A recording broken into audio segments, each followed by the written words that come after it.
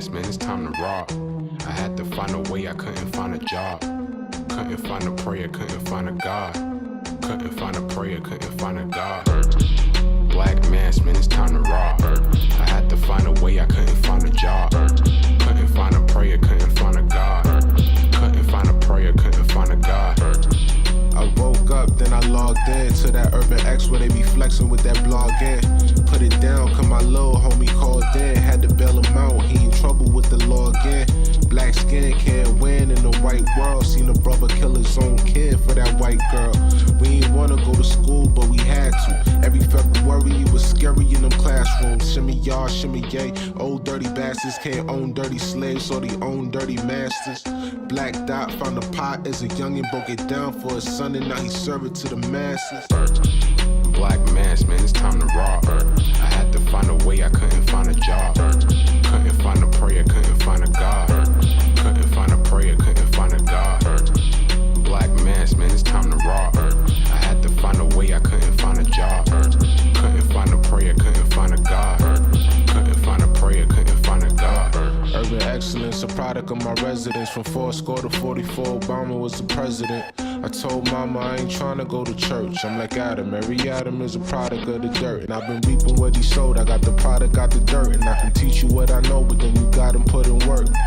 You in trouble if you waiting on the government. I told my bro I make it out the hood, and that's a covenant.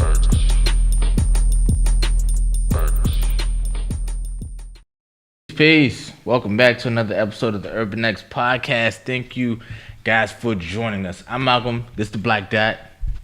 In the building, in the flesh. In the building. Number one father and son podcast. 10 million views. Facts. On our channel. Facts, yeah. May not be nothing to you, it's everything to us. You know what I'm saying? 10 million views. I mean, a lot of people have been checking us out. Yeah. Not subscribing. No. But checking us out. Well, that's the weird quagmire of it all. Yeah. Like the subscription don't move, but the people are coming through somehow, some way. Yeah. And I remember when we first had 1 million, I said, wow, 1 million people watched. Yeah. You know, repeat watchers and this and that, but still 1 million. Now it's 10 million. Yeah. Wow. Shouts out to you guys. Wouldn't be possible. Shouts out to you guys. Wouldn't be possible. Yeah, it wouldn't be possible without your support. We are literally building something here. Yes, and our podcast is closing in on 400,000. 400,000 for the listeners. Yes. And clap that up too. Yes. 400,000 listeners. We got to build that. We need to get that to 1 million. Yeah, we do. A milli. Get that to 1 milli. And this is episode 280. Episode 280. Man. Enough of the claps, but we're getting there. Man. Yeah, 280 episodes of coming together, laughing, joking, smiling, crying through crisis, through economic downfall, pandemics, through all kind of stuff. Yeah. We've been here trying to provide some solace for you, some answers, put a smile on your face, take a few minutes out your day. Let's do a roll call. Oh, yes. I saw Little Rock, Arkansas, Baltimore real quick, Ohio, Houston's Cali in the building, Chicago, Jersey City, Nashville in the house. That's LA is in the building, tapped in. West Palm Beach, shouts out. LA, what y'all going through right now? This Nipsey thing is getting crazy. It is getting crazy. It's getting crazy. It is. Shouts out to y'all. Go back and watch my videos on that, and now they make more sense. They do. Yeah, they do. Yeah, your pops be on it, bro. They do. Your pops be on it, you bro. was early, too. I was early on it. Like, nah, man. Phoenix in the building, Compton, VA. Memphis, Tennessee. Everybody, we truly do appreciate your time here with us because you could be spending it anywhere else. Factuals. And shouts out if you're listening right now in your car. We don't want to forget about y'all. Honk your horn twice. You know what I'm saying? There it is. Flip somebody off in traffic. Yeah. Start a fight. Yeah. No, don't do that because it'll get crazy out here. You do that. Yeah. What up, Dante? I see you. What up? Peace. So, quick quick news. The people who text in for the free books of Success, Opulence, and Power, those books got shipped off today. Those books got shipped off today. The winners, you know who you are. I responded to you guys. Told you. Somebody from McCombs Avenue, McCombs Road. Yeah. 10453. Really? Won a book. Why are you gonna say the whole? I'm just saying. Sheesh. Just saying. And that's my old hood. So I'm trying to figure out. That's a lot of information, man. Like, yeah, I mean, come on. Yeah. So, and we, of course, received signed copies. Yes, we did. Yes. Me and you, I forgot to thank the Hebru Young for our signed copies. But we purchased those so that we could give them to the people. Yeah. And for those avid readers can have something great to read. Yes. What else is going on? Oh, so May 4th, starting May 4th, for the people who are interested in starting their own family business, we're going to start a free live training series that we're going to start doing weekly. Clap that up. Every Wednesday. Every Wednesday. Pay attention. Every Wednesday at 8 p.m. Yes. If you want to start a or just a small business. Yes. We got a 25-point checklist that we want to go through with you because sometimes you just need a little bit of help. This is all free. Yeah. You just log in and you know what I'm saying? We're going to be there working with you. Yeah, and it's not going to be on YouTube. You can sign up. The link is in the description below. You sign up and then you'll get the link. Because we're going to do it on Zoom, and we have our private Facebook group as well. Yes. That we're going to be doing that through. So I'm excited about that. Because what happened was a lot of times when people want to start a business, they get a lot of information on how to scale to 6 figures, 7 figures. Some people just like, I just want to know how to start. Right. You know what I'm saying? So if you go through this 25-point checklist, this is going to, you can't blow this. This is like a steady roadmap through. Like I said, every Wednesday, we've decided we want to spend some time because more and more people are starting small business or have interest, but like you said, they just don't know where to start or to get the train on the track. Yeah. Sometimes you just got to get the train on the track. Yeah, and then like times are different. If you guys have been paying attention to the interviews we've been doing, majority of the people say I started in 2020. Right. You know what I'm saying? Which is like really interesting, and it just talks about the times that we're in right now. So super excited about that. The link is in the description below. It's completely free, and be there. Absolutely. May 4th. So you ready? Almost. Yeah, start it. All right. You are tuned into the sounds of Urban X. So big news today that dropped. Elon Musk, the deal with Twitter finally went through today. He actually purchased Twitter for $45 billion. 44. I've read 45, but okay. Okay, I'm hearing 44, 45. That only makes a difference to those who into the law. 44. Got you. But it was a whole bunch of cash. Yes, it was. How about that? A whole slew. Yes, it was. Of cash that went down. And let me ask you, was it the fact that the shareholders was like, yo, we're not leaving that bread on the table? Because I know there was some people, like you said, who wanted to swallow the suicide pill to ensure that he didn't get control of Twitter. Now, if you're not on Twitter, but this could be significant because the man is own space. He's trying to own the space in between your head here, and now he owns cyberspace. And your innermost thoughts, which is Twitter. You know what I'm saying? Your innermost thoughts, which is Twitter. You get what I'm saying? Do not disregard this. So, in your humble opinion, what was that about? So, I'm not sure because that's a lot of money. If I'm a shareholder and I'm like, bro, because one, he could have did this any other time, right? And like, why now? Right. And the way he just moves about it, like he moves about like really haphazardly, and how he just goes about. He acts like how I feel like I would act if I had billions of dollars. You know what I'm saying? Like just regular. I tweet what I want. I say I can tell somebody SMD if I want it because I'm just that rich. You know what I'm saying? Yes. But people are turning him purchasing Twitter as a win for their political party. And I don't think that's the right thing to do. Okay. I think putting your faith into any billionaire, like he's gonna save you or destroy your life, is kind of weird. No. That's all weird in the grand scheme of things. Yeah. But remember, I'm trying to paint this picture for you to understand this is significant for conspiracy theorists. Okay. Right? Because he owned them satellites. Yes. Up in space. He's trying to get Neuralink. He's trying to get Neuralink, which is to own your brain. Yes. And now he owns a cyberspace so that all that information can move seamlessly. And this is a dangerous man. And we should kill him. Allegedly. No, but what happened was, and he's talking about like going on a campaign saying like there's way too many bots on Twitter, so we need to have some other sort of verification to real people on Twitter. So with that lends to me thinking of like somebody or them needing more of your information to say, okay, you're a real human, you can be on Twitter. So that's just more of your information that he's just going to own. He's going to own more of your information. That's going to go into his Neuralink stuff. That's going to go into SpaceX. Whatever the hell he's going doing. to come under the guise that this is about freedom of speech. Oh, yes. For an opportunity for you. And that's why conservatives are poking their chests out. Like, he's saving Twitter. Right. Then you just as gullible as everybody else. And they keep calling him an African-American. It's pissing me off. Yeah, but he is from Africa. And now he's in America.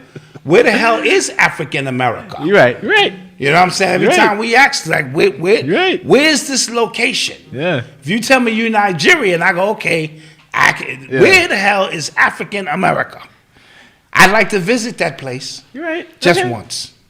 See what's popping. Yes? Yeah. So, ladies and gentlemen, brothers and sisters, keep your eyes out on this because the world is ever changing. Yeah, you have to just kind of side eye this because they're making it seem like a real haphazard buy. Like he just said, you know what, I care about free speech that much. I'm going to spend more than what Twitter's worth to take it private. And Twitter itself is not really a good business acquisition anyway. They don't make that much money. Anyway, especially taking it private. Right. You stand to lose money. And your man Gates owns all the farms. Right. And he's into a bunch of things. What's that about? So did you see the text message between those two? Between them two? Yeah. Nah. Bill Gates texts Elon Musk about something regarding like some philanthropy possibilities, and then Elon Musk said, "Yo, did you still short the Tesla stock?" And he goes, "Yeah, like and he goes, I'm good because you talking about." Oh wow. Yeah, he said you talking about protecting the earth, but Tesla is the most green company, and you shorting my stock, so like. Right. You know what I'm saying? So. Yeah. Okay. All right. He acts like very. You ever watch Billions? No. Oh man, you gotta watch Billions. Bobby Axelrod, like he's just whatever. You know what I mean? Like, well, if you got 300 billion, yeah, it is whatever. Yeah. I wish a nigga would. Yeah. 300 billion. I say the same thing. I would like to think I'd be the same way. For 300 billion, I'll remove your history, nigga. Not just your current family. I'll remove the fact that you ever existed. Yeah. You know what I mean? Yeah. For 300 billion. Come on, man. That's funny. Yeah. You are tuned into the sounds of Urban X. So, did you see the Meg the Stallion interview with Gayle King? I only saw bits and pieces of it, but it looked like it's getting worse for Meg the Stallion. First of all, we know she's lying, right? But yeah, she keeps changing the story. She keeps changing the story up. Whenever you go on Gayle, that's a lie. Yeah, Gayle. First of all, her reputation, I don't know why. Like, because it's low hanging. It's a lot of people who's gone up there, put the tears on, and then come out. Juicy Smollett. Yeah, he was lying. R. Kelly was definitely lying. That nigga was like fighting for my life here, Gayle. And now, so that's the place you go. Yeah. When it's just a lie. Yeah. Everybody knows it's a lie, but Gayle is like, listen, I got cameras. Yeah. Let's cook this up. Yeah. And you put your own spin on it. First of all, if it's a criminal case, it's only but so much you can say anyway. Right. So what are you up there doing? Are you up there trying to gain favor with a certain amount of people? Because you can't be talking about the case because that's illegal. Yeah, and I think some people had the same like kind of theory that because Tory looks like he's gonna get off, like legally looks like he's gonna get off, so she's still just looking for the sympathy. Got you. You know what I'm saying? Like play on the heartstrings right now, and she's the only one that can talk, which is foul because he can't talk, he can't even tweet about it. but she can get up on Gayle King and cry. That's not fair. That is not fair. I'd like to get on TV and cry too. Yeah. When the last time you seen a nigga up there crying? You know what I mean? Oh, R. Kelly. Juicy was up there. And Juicy Smoothie, yeah, he was crying up there too. crying too. Yeah, man. Damn, man. This shit is getting crazy. But the details are beginning to come out about this case. And in reference to, and then she said she never even had sexual relations with Tory. Come on. Like, where the, sis, are you serious? Yeah. So this is getting real bad. And then she said she saw him shoot her. Okay. Which, before she said my back was turned, I don't know what the hell happened. Right. Now she's saying she saw him. She saw him shoot me. She saw him cock that thing back and clap her. Yeah, that's not going to fly. Isn't she a Rockefeller artist? Rock Nation, yes. Rock Nation. Jay-Z under their management. Yes. To me, are the ones who jumped the gun early on this, if you remember. And they put her out in front of the case as soon as we heard whispers of this to gain sympathy. And now I think it's backfiring because nobody's touching her right now. She's like, in the industry, everybody's going, yo, you too hot right now. So I don't know how this is going to work for her career. I knew something was up when I started seeing people just like not hide their friendship with Tory anymore. Because before when that happened, like he was like radioactive, like nobody wanted to touch him. Yes. And then once people started, I'm like, all right, they must know something about what really happened. Right. If they doing songs with him, being out with him in public. So I was like, I don't know. Yeah, Whack 100 says she's a boy. Make call. We got to stay away from Whack. Facts. Whack 100 is he's toxic right now. That nigga hot. Yeah, that nigga real hot. So we'll keep an eye on them. When is this going? Is this going to go to court? It was supposed. Is it going to be settled? It was supposed to go to court this month. I was believing. Now I think they pushed it back to September. I just want to know what the hell happened. This has been going on for 2 years now. Okay, well, I just want to know what happened. I'm gonna tell you what happened. He was knocking her and her friend at the same time. They got drunk. Right. She found out about it. She ain't like it. Right. He, they was all drunk having a good time. Yeah. They had the blicky under the car seat because they celebrities. Her friend, because they celebrities. Chicks get involved. You know how women are. One woman pulled the chick and pulled the joint and said, "Stop playing with me. Y'all think this is a game?" And she didn't know that it was off the safety. And she shot at the ground. Oh, now you want to shoot me in my pinky toe. And shot Megan in her pinky toe. And now that's what happened. That's what I would say happened. Okay. Yeah. Huh? Allegedly. Allegedly. Gotta hit the alleged button because something like that. And Gayle is just in for the shits. She like, I ain't got no ratings. I don't do nothing here. But but I'm just saying, like her name in the industry is bad right now. Dude, everybody who go up there is no such thing as a bad name. This is social media, bro. You're right. We done uncovered dude who's a cops. You're right. Dude, 6ix9ine is a certified snitch. You're right. He's a personality. So y'all looking at this. None of this shit is real. Y'all looking at this shit wrong. Yeah. You go to a movie, there are characters in the movie you don't like. That's right. Right? But they're there and they're characters you do like. This whole shit is like a movie. You're right. And if you in the movie, if you're not, then that's on you. So somebody said Wack got the Meg footage. He probably do, man. He got everybody's footage. Yeah, he got everybody's footage. Real quick, what I would say about that is the way we look at black gangs and how, and if any of this stuff is true with Wack and Big U and things like that, then that's probably one of the best tricks pulled over like the industry in a while. Not to the public. What do you mean? Meaning, people look at black gangs as uncivilized, unorganized. They just doing street nigga business, right? Right. When, especially in hip hop, like if the level of extortion is that sophisticated, dude, you cannot like. It's a very sophisticated web. But remember, the underlings, the dudes on the ground, the little homies, they just in it to be in it. The upper tier, these are your confidential informants. These are the ones connected to the police department. Don't at me. I'm telling you what I know. And I know industry dudes who've been extorting these rappers for years. You know what I mean? Not personally, but I know. So That's a big, because it's underground. It's a lot of money changing hands at rapid paces. That it's the easiest money to get because you know these rappers are soft, right? Now the confidential informants keep the police involved with what's going on, who's trafficking what. And I told you the gangs are connected to the police department, are connected to the governors, are connected because the only way you can move that amount of drugs, that amount of guns, that amount of people, because people is big business, you have to have a organized system in place. And the only ones who are that organized on the street level are gangs. So you get involved and you think it's just a gang, and it's a lot more than that, but it's usually reserved for the higher ups. You know what I mean? Yeah. And so the younger dudes just down here, trying to make their name and they'll bust their guns and this and that. But the older ones, the OGs, are the ones that are connected, because there's no way the police department can get away with half the things they do without being connected. And a lot of your favorite rappers are government informants.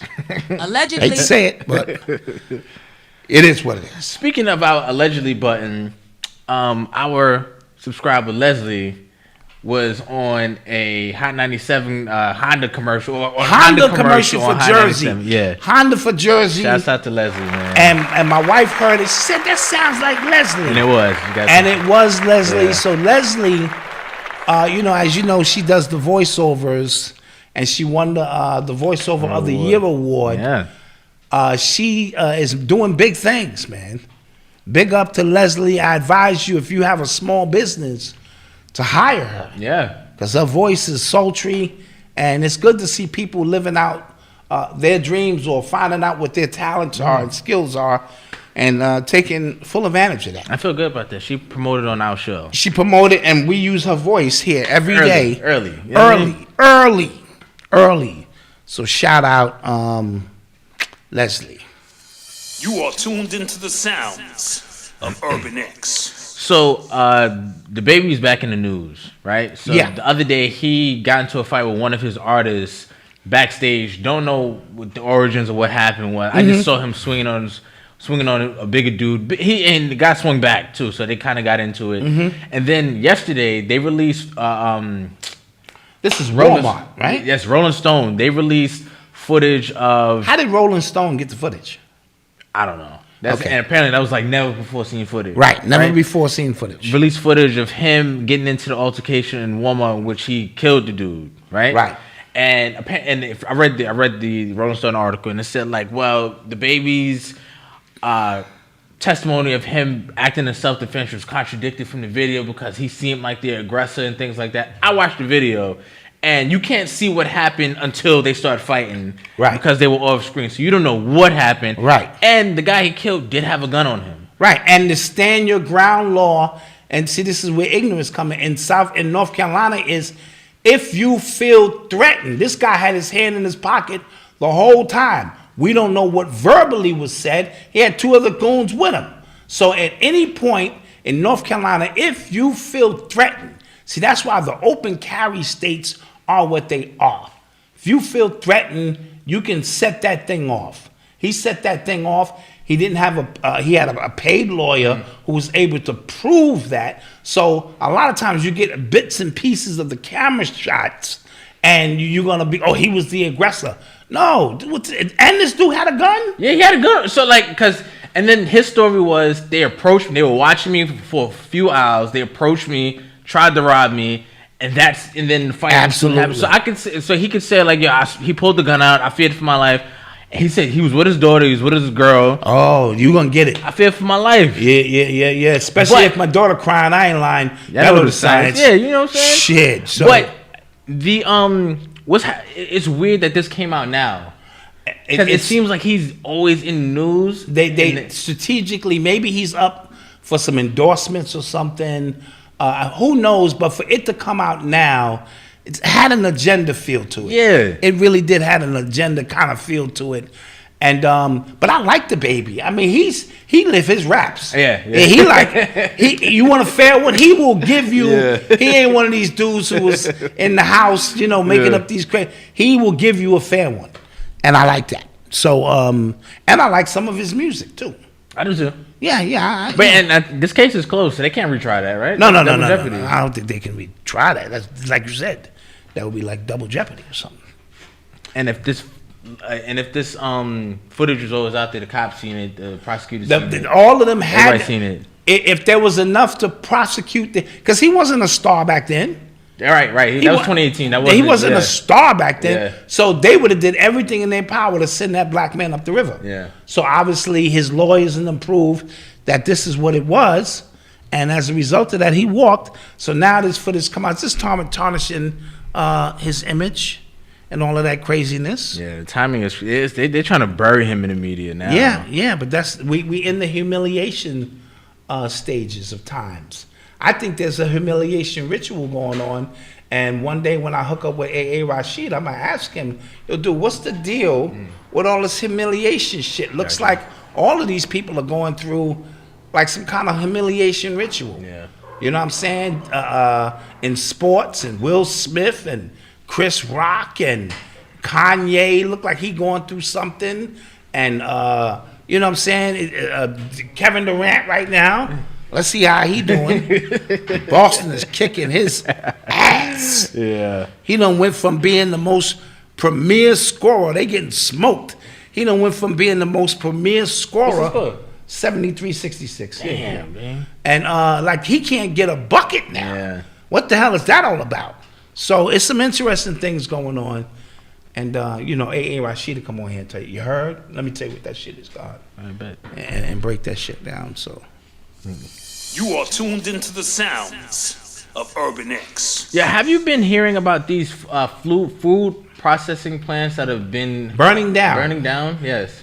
Maybe that's a part of the shortage coming. How else are you going to justify a war in Ukraine that has nothing to do with us? How the hell are you going to tie that into a food shortage? Yeah. So the fact that you're burning down food processing centers, first of all, that's a good thing because you shouldn't be eating processed foods, Malcolm. You shouldn't. Now, every now and then, a good chicken sandwich and some nuggets and shit.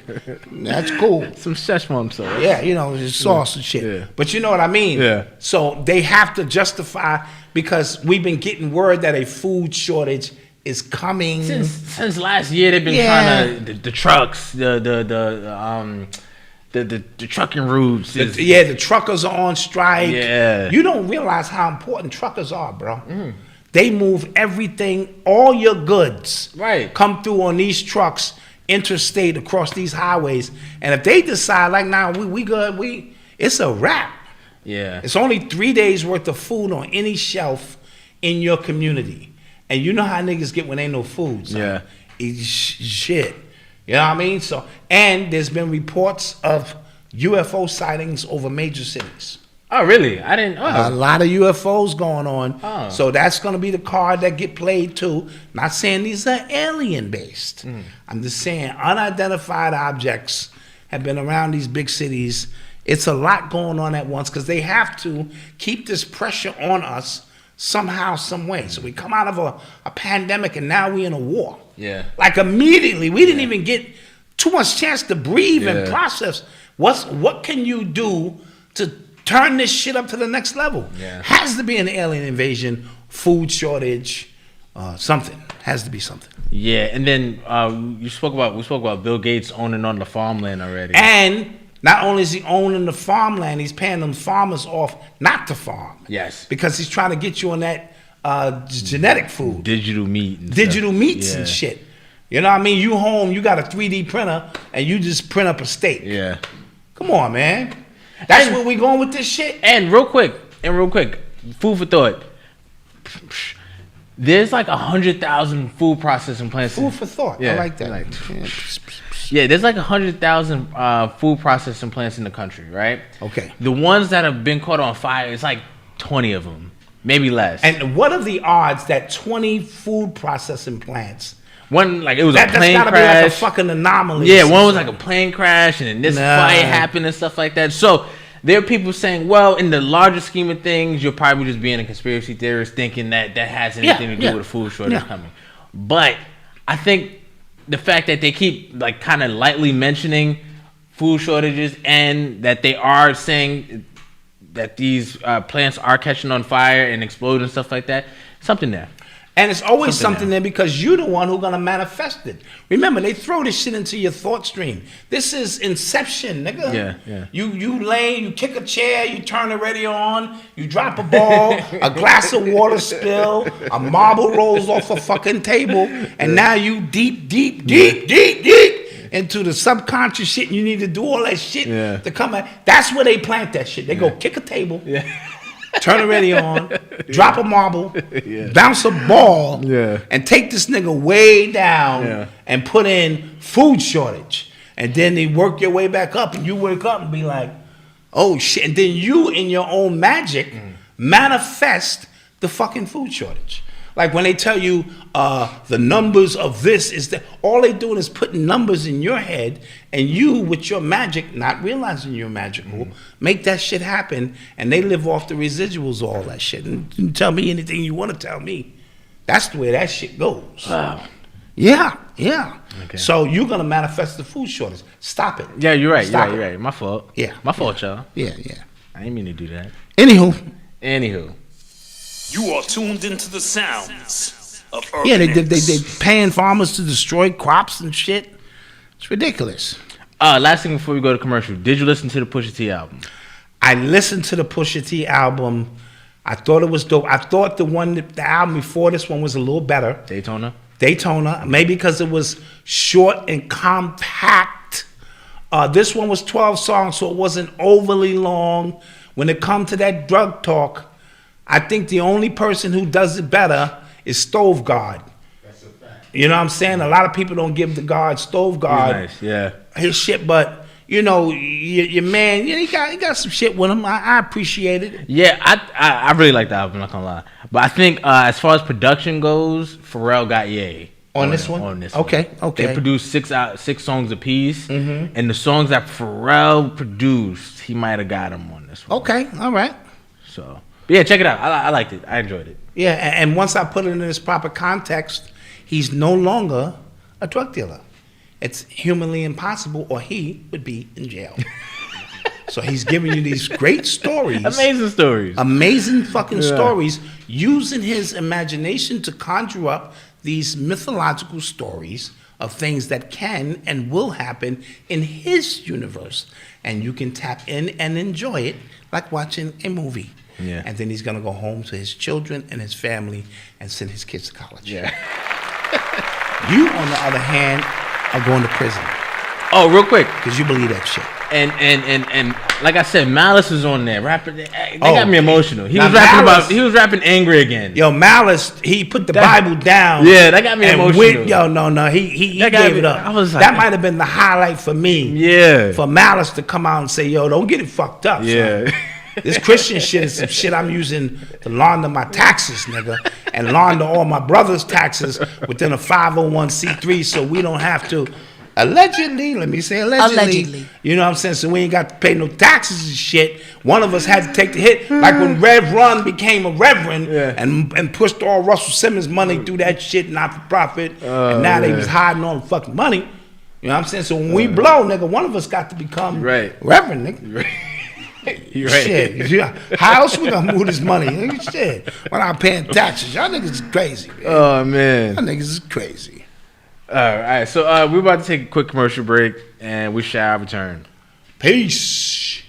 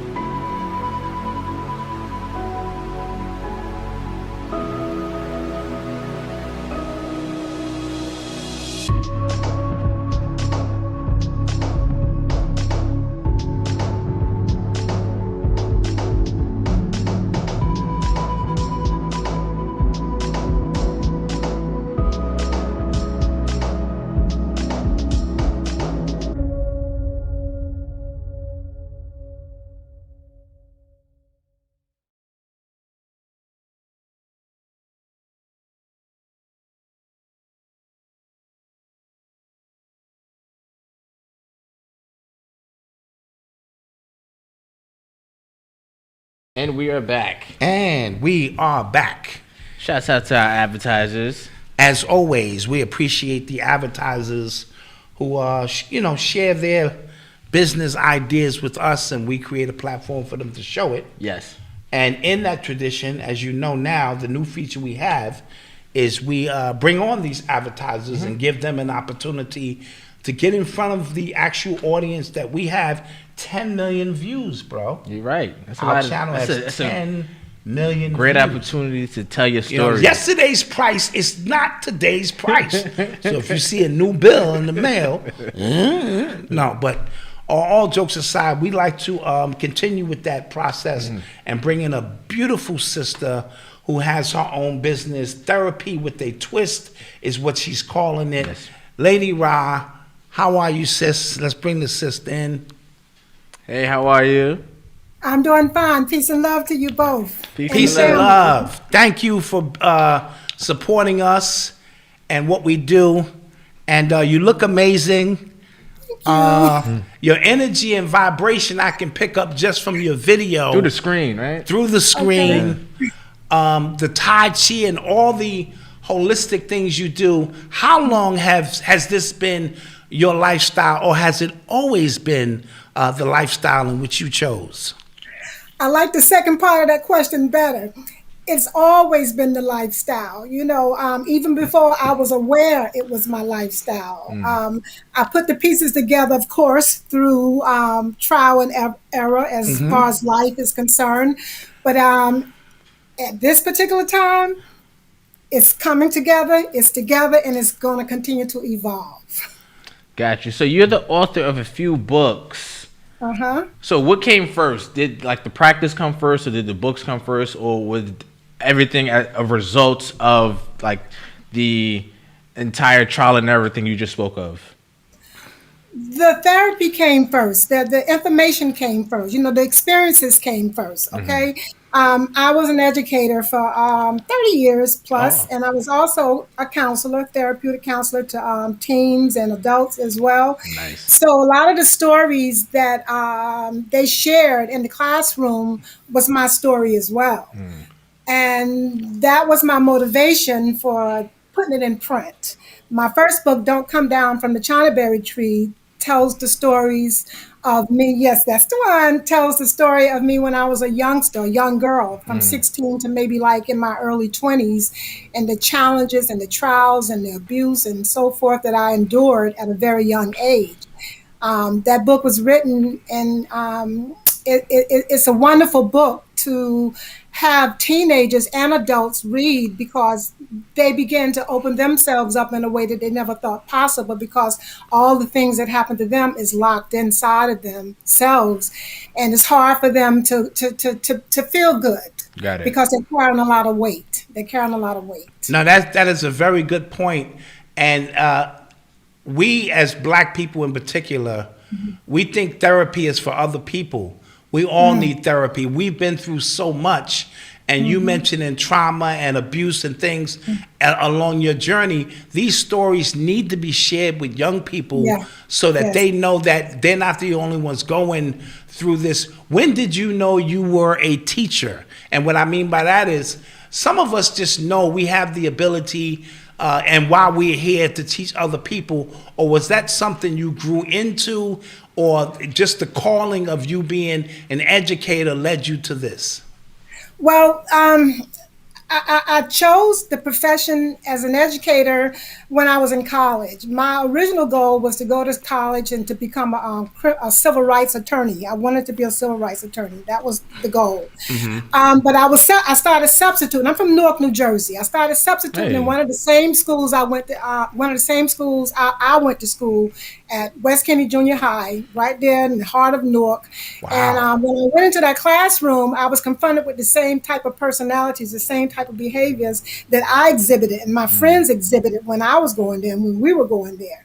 So it kind of changed my world around, because that classroom, those students were supposed to be the defiant ones, the worst in the whole school. So to me, it became a challenge to get their attention because when I was their age, no one got my attention or no one got our attention. And a lot of my friends and a lot of my peers from back in those days, they're no longer alive. They didn't make it.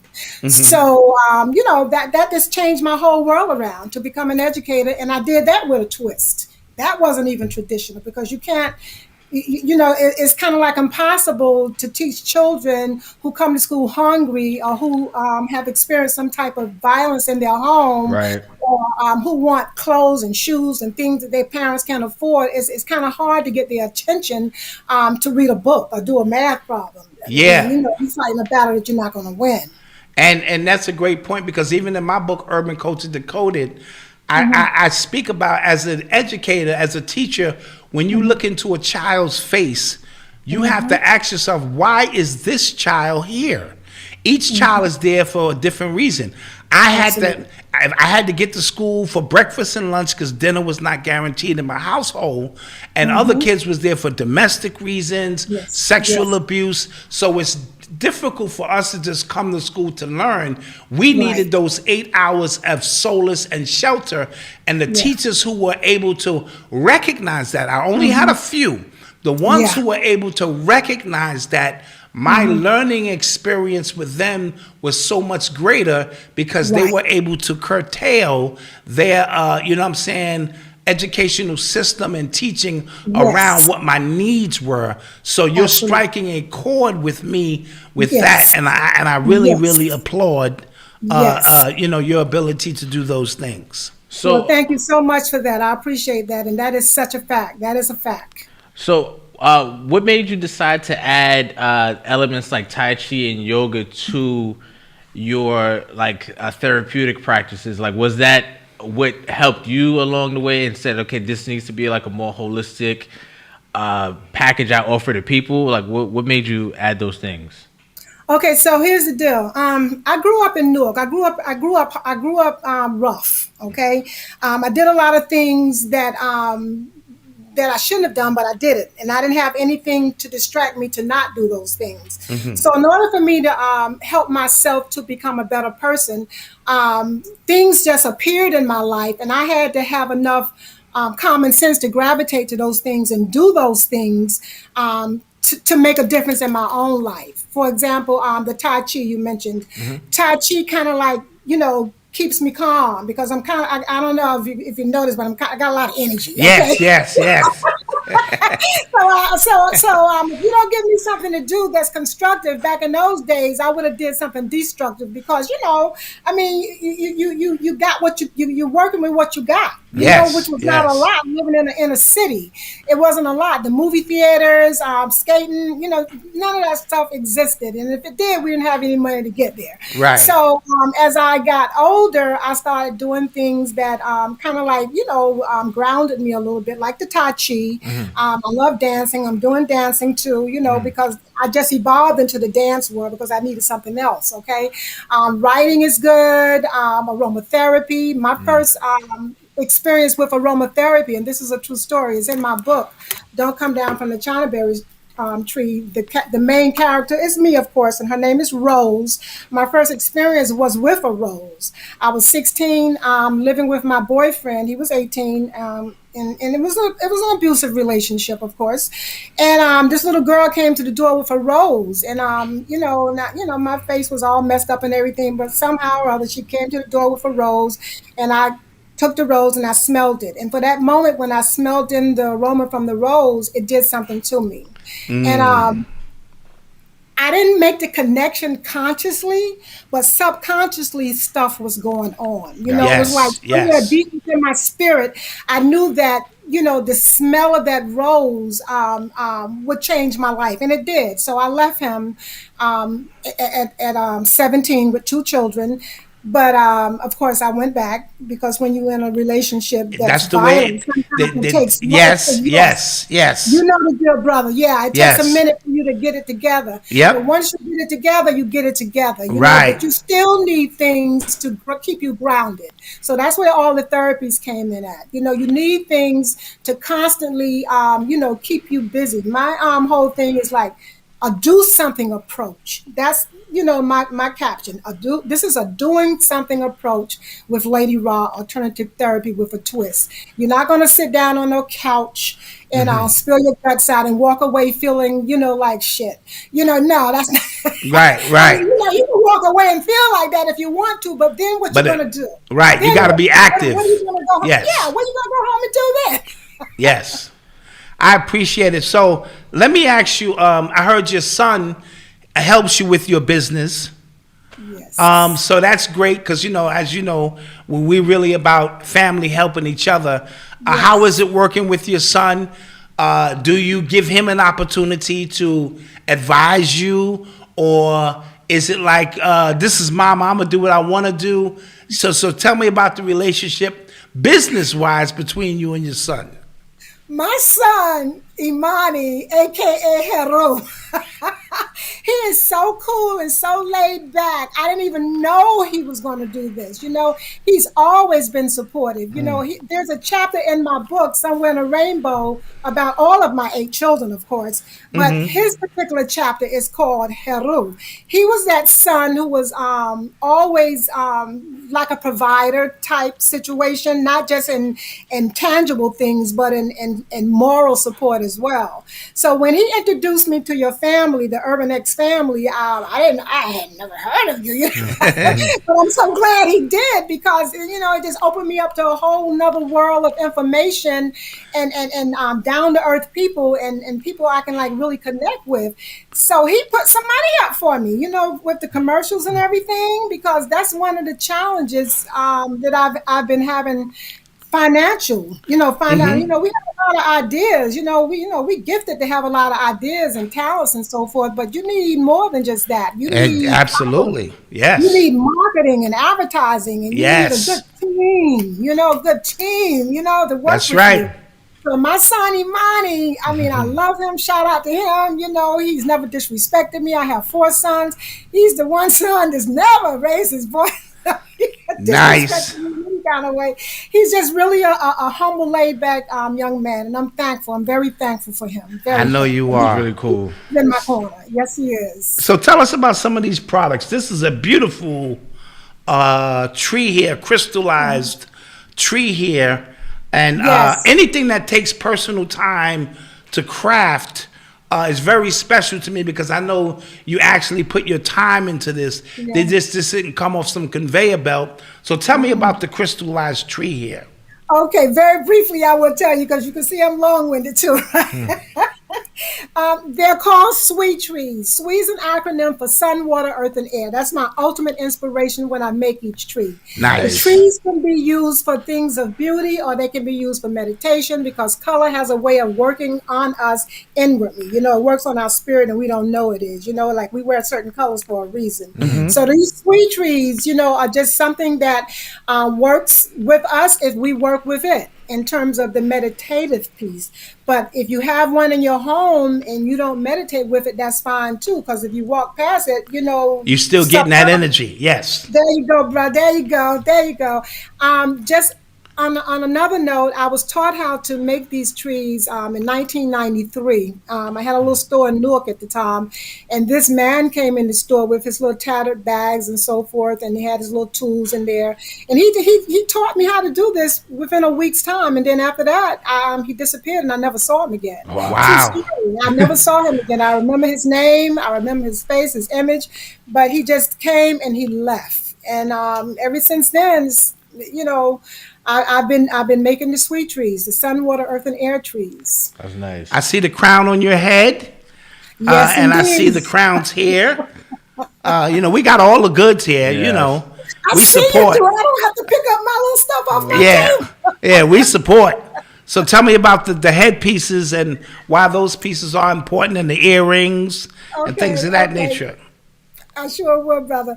The crowns are called Be Bold. And, the Be Bold crown represents us being confident and courageous to take a stand, to make a statement about who we are, what we want to do, and how we want to go about doing it without having any fear.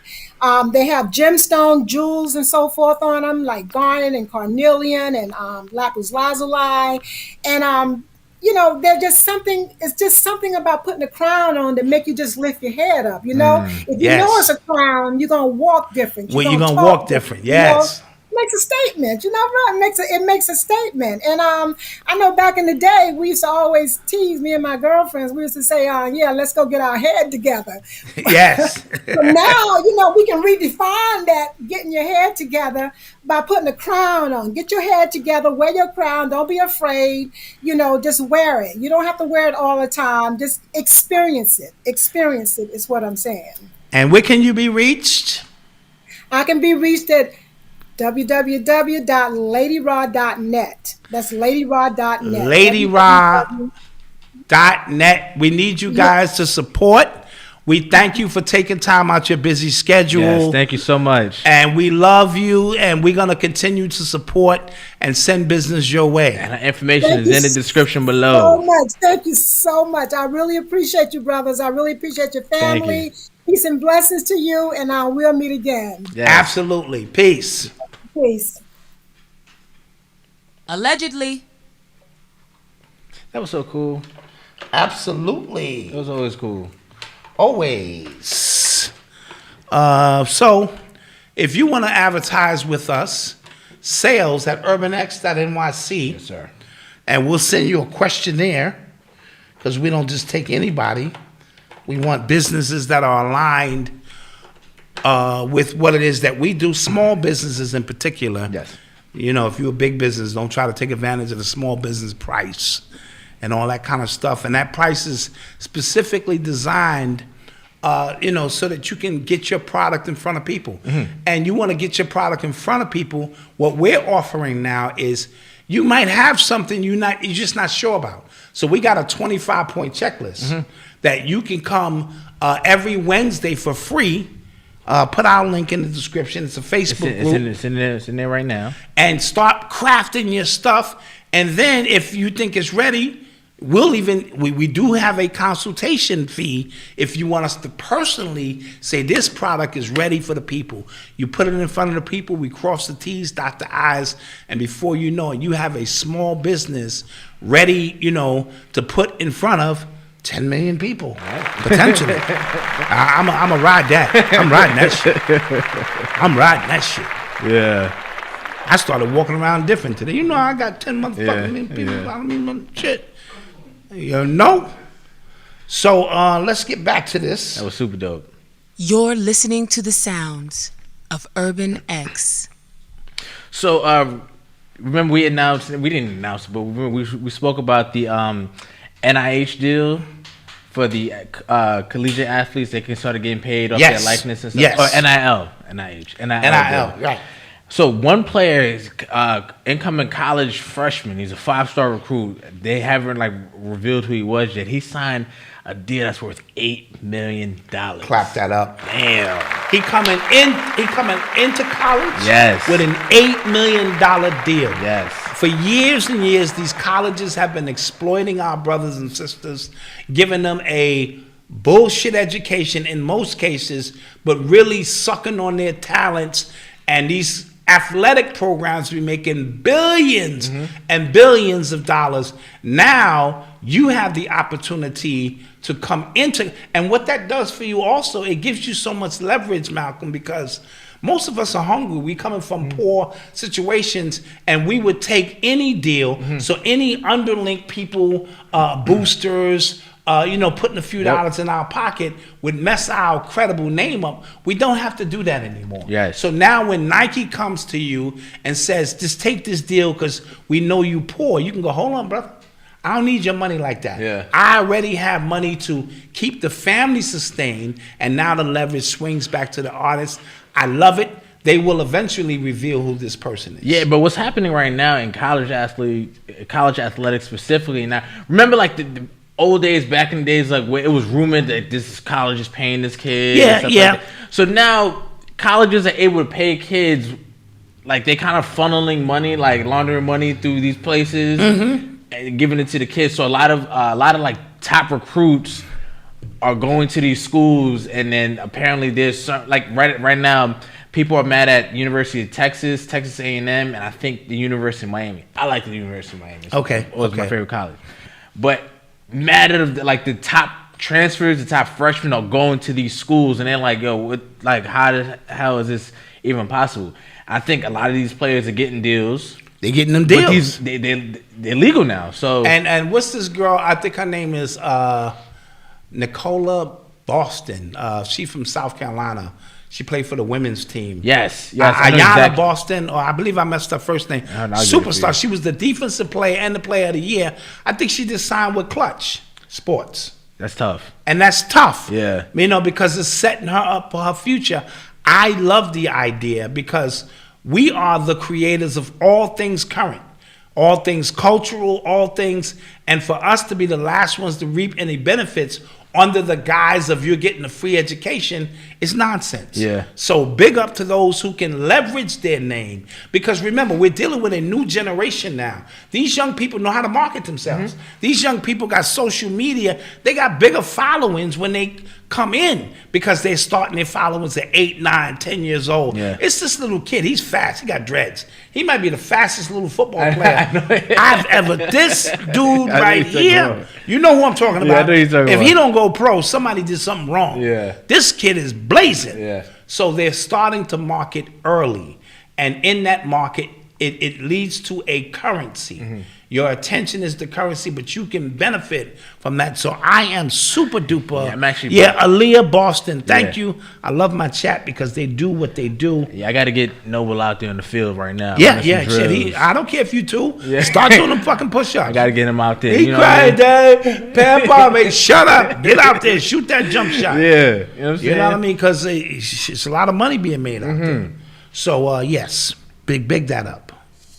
You are tuned into the sounds of Urban X. And side note, remember the dude that went to Deion Sanders' school, Jackson State, Travis Hunter? Mm-hmm. He just had his first spring game, and he went crazy on both sides of the ball. He had like 2 touchdown catches and an interception in the first quarter. Got you. So, and people are complaining, it's like, oh, it's a low level of talent. But if he's able to ball out, like, just really leave no doubt, then, like, what can you say? Yeah, the talent is what it is. Yeah, it is. He's there nice. are so many HBCU schools that don't get the look that they should. Excuse me. Gross. Don't get, that was gross. That was like a throw-up milkshake. Yeah. Don't get the looks that they should get. Yeah. But it is what it is. And hopefully Deion Sanders blazing these trails will lead to better opportunities for young people. What did I say? Did I say Jackson State? What did I say? You said Jackson State. Malcolm is retarded. My bad, y'all. He's slow. Thank you. He's slow. My bad. You're listening to the sounds of Urban X. So it was in the news the other day that Dwayne Haskins, the football player from the Pittsburgh Steelers, who passed away a couple weeks ago, as a result of a car accident, he got hit by a truck. His parents would not be attending his funeral because they never met his wife. Yeah, I heard about that. I did hear about that. First of all, let's talk a little bit more about Dwayne Haskins. Mm-hmm. I'm not buying he was walking on the highway early in the morning and got hit by a garbage truck. So what the story was that they ran out of gas, and then he was going to get gas, and then he was on the side of the road. They who? Him and his wife. Oh, so now that the wife comes into play. Yes. Who the fuck runs out of gas? He's True. a multi-millionaire. Who the fuck runs out of gas? True. All right, so something else, in my humble opinion, is going on here. Remember, the Washington Redskins, and I'm about to pull my shoulder out a little bit, y'all, so let's do it. Just relax. Let's do it. The Washington Redskins are an organization that was laundering money. They would have some drug offenses. And I think he was at some of those elite parties seeing some things he shouldn't have seen. So they allegedly button in there. And now that he's on a different organization, maybe he was threatening to talk to use that as leverage. I don't know. But, and he got hit by, was it a green garbage truck? I don't know if it was a green garbage truck. Because then I want to bring my mob ties into this shit. Oh, when I tell a story, this shit gets real interesting. Oh, Jesus. Yeah, a lot of this shit is mob talk too. You know what I mean? So this nigga just get hit by a fucking garbage truck, being a millionaire, running out of gas. The parents have never met this woman. She might be his handler. I don't know. The whole shit just sounded weird. Last week, I wouldn't mention it because he had passed away. Yeah. And out of respect for his family, and, you know, they recently had his funeral in Jersey. Out of respect for that, I didn't want to get into pulling my shoulder out. The Washington, what are they calling this? Commanders is an organization that the NFL is going to have to get rid of at the top level because they're all involved. You seen Robert Kraft. And they had books. They had a book of the cheerleaders naked, right? Yeah, they got a whole bunch of things going on. In a lot of these football, Robert Kraft got caught with that. Why you keep bringing that up? Because that Chinese. Why you keep bringing that up? Come on, man. That Chinese girl was tickling his nuts. He 87. Why we had to see that shit? What the fuck is going on here, man? And no telling what Jerry Jones is into and the whole cowboy. All of these organizations are involved with something, but the Washington Commanders in particular. Okay. And this man might have been the byproduct of something that went down there. Don't quote me, because I don't know. Yeah. Half the shit I talk about, I just be making this shit up. Don't quote me, because I don't know. I don't know. Don't quote none of that shit. Don't go to the office tomorrow. Yeah, because Black Dot said Haskins was a hit, and his wife is his handler. And the garbage truck that hit him was the Colombo crime family. And they were all intertwined with the don't do it. They'll be escorting your ass off the job. All right. Don't do it. On that note, we'll take another commercial break. And we shall return. And we shall return. Are we ready this time? All right. So, you want to know what we do and how we do it. Well, we got a step-by-step booklet for you to get to keep your game on track. Yes, so we are introducing the Family Business Course, right? Where we're teaching 4 different components on running an online family business. That's podcasting, YouTube, self-publishing, and t-shirt printing. And right? we also have a bonus course. We do. We also have a bonus course teaching how to build your own membership. Yes. And how we were able to build our own as well. Step by step, line by line. We teach you even how to make the actual software for the membership. We teach you how to do all of that stuff. Crazy. Right? And an extra bonus is I threw in the ebook to Urban Excellence along with the video interviews. Never before seen the footage. Drop the mic. Never before seen footage. And the reason why I did that is because I want to show families the 11 stories of people who also created their own businesses as well, who also overcame trials and tribulations as well. And I think it's all relevant to, building your family business. So that's what we want you to go get. We have a free ebook. It's absolutely free. And we have free online training, a free mini course to get you started. Yes. We recommend that you download, hit the link below, get the free ebook. Yes. Take the free training, and then take that leap. And we're going to be here every step of the way. Yes. So hit the link below and visit www.urbanx.nyc/family. Or just hit the link below. Peace. Peace. Hello, wealthy family. This is Shanell, the Ascending Infinite Goddess, and I am happy to announce that I am back and in full effect, ready to work with you on your spiritual journey. Whether you're looking to balance your chakras with an infusion of Reiki energy, or you're looking to connect with your spirit team with an angel oracle reading and get some clarification or confirmation on your love life or your career, finances, or just life in general. Or perhaps you're looking for a non-judgmental, safe space to receive some mental ease, I am here to help you. So be sure to visit my website, www.ascendinginfinitegoddess.com. See all the services that I provide. Get to know me a little bit better. And also, feel free to visit my YouTube channel, Ascending Infinite Goddess, and see hundreds of videos that I have available for free to help you on your spiritual journey. Until we connect again, stay alert, stay aware, and live in love. Peace.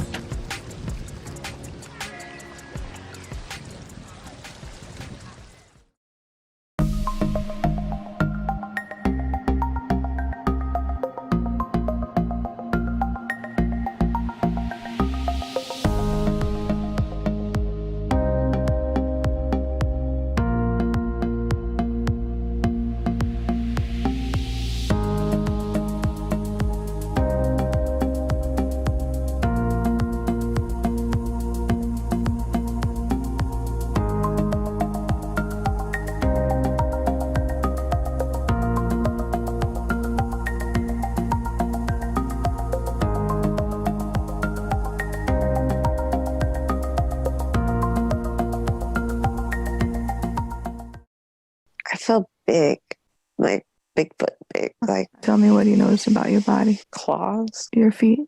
They look big. What are you wearing? Fur. What else do you notice? Just like woods. My eyes are kind of green, yellowish. Kind of cat eyes. What color are you? Brown. And I'm so loud. I'm strong. I'm like roaring. I see an animal. I feel like an animal. I feel ancient. I'm looking at the moon at the top of this mountain. What's happening there with you? I'm about to hunt. Tell me what happens next. Something attacks me. It seems really big. It's like dragon. It's got huge claws, wings, greenish. It looks kind of translucent. I see fire. I feel scared. There's other animals coming now, like a big bobcat. I'm just laying there. What are these other animals doing? They're eating me. Back, and we are back in the building. Look who we got in the building. Legendary AA Rashid in the building with the family. You know what it is. Man, it's always good to see you, man. You know what I'm saying? First of all, how's baby girl? She's awesome and amazing. Yesterday we were doing sketch drills, and I was making her do the standard wash on, wash off. Remember from the Karate Kid? Yes, yes. He didn't even know why he was doing it. wash on and wash off until it came out later that he had to use that to win. So we was doing, I had her drawing circles. She was like this. For real, son? Circles, yeah, circles. Yes. To stimulate that. And then we was also doing contour drawing. I want you to draw me with your ambidextrous hand. So she's like, I'm not ambidextrous. I said, yes, you is. You got two hands for a reason. Yes, so draw with your hand that you're not used to while not looking at the paper. You only look at the subject. That's what you You can heard? You only look at the subject. So I was like, after that, you're going to do contour drawing, then you're going to do negative space drawing. You heard? So the negative space drawing is what facilitates or helps to facilitate, you heard, the ability for them to cognize psychically in your mind's eye. Can they hear me? Yeah. Okay. In their mind's eye, what it is that they can manifest with their imagination.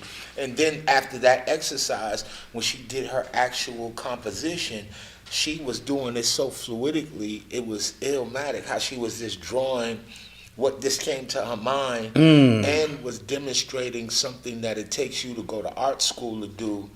You gotta go and learn how to paint in one color.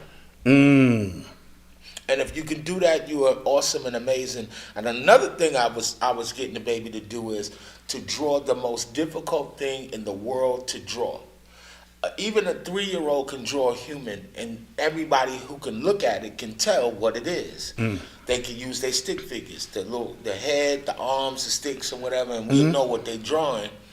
But everybody cannot draw this one thing and prove proficiency in the ability to draw, and that's a balled up piece of paper. Wow. I didn't know that. I did not know that. I swear to God, try to draw a balled up piece of paper and then get it identified by someone who looks at it and says, hold That's up. a balled up piece. Wow. That's a balled up piece of paper. Wow. You know? So that's one of the exercises we were doing to get shading, gradation, to understand various, forms of composition. You know what I'm saying? Understood. So, were you classically trained in art, or was this something that you just picked up? Because I know you're an amazing artist. Both. Okay. Both. This is like not even really known, but my mama could paint. You heard? There's some paintings in the house. You heard? Yes. Like that. Then my daddy is a multidisciplinary artist. He has multiple letters in collegiate letters in museum studies and fine arts. You know what I'm saying? And then I was trained by, self-trained, but I also had people from like my neighborhood. There's one particular. See, I grew up with artists. Right. So I grew up with Ferg, Jabron Brown. Eben Brown, Abonimus, you heard? These dudes could draw. You heard? These dudes was like next level drawing. And we was doing animation cells and what you call it? This for me, I'm sweating like a runaway. So we was doing animation cells with treated acrylic in 1982 and 83. Oh, got you. So we drawing on one side, and we was in the anime before they were even putting subtitles on anime. So we was watching anime in Japanese, acting like we knew what was going on, but we were enamored with the creative aspect of how they was giving it up in their style. You know what I'm saying? Gotcha. So my homie had Voltron 4 years before it came out to market. Wow. So by the time we seen it, we was like, oh, that's the Toy Son guy. Gotcha. He been had it. Go Lion. So let me ask you this question. Because obviously you grew up cultured in the finest of arts. What was that like with the struggle with the streets? Because a lot of our brothers are brilliant. I've always said you were a brilliant, highly advanced being, but the streets and the tug of war. Even when I was in the street, I never considered myself a street person. Okay. I always used to say to myself, I just didn't have people that I could say it to, that y'all could go home when y'all want to. I gotta be outside. There was a time where I had to be outside. Y'all don't gotta be outside. So y'all choosing to be street people. I didn't never really choose to be a street person. Got you.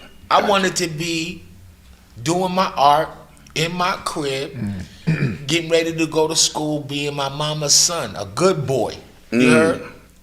So when I speak to people today, I'm telling people, I got like, from my experiences, it costs now $650 an hour to talk to me. Even though I'm gonna send you 3 books, but for brand activation, I only want to speak to people that want to sell stuff and build brands. Right.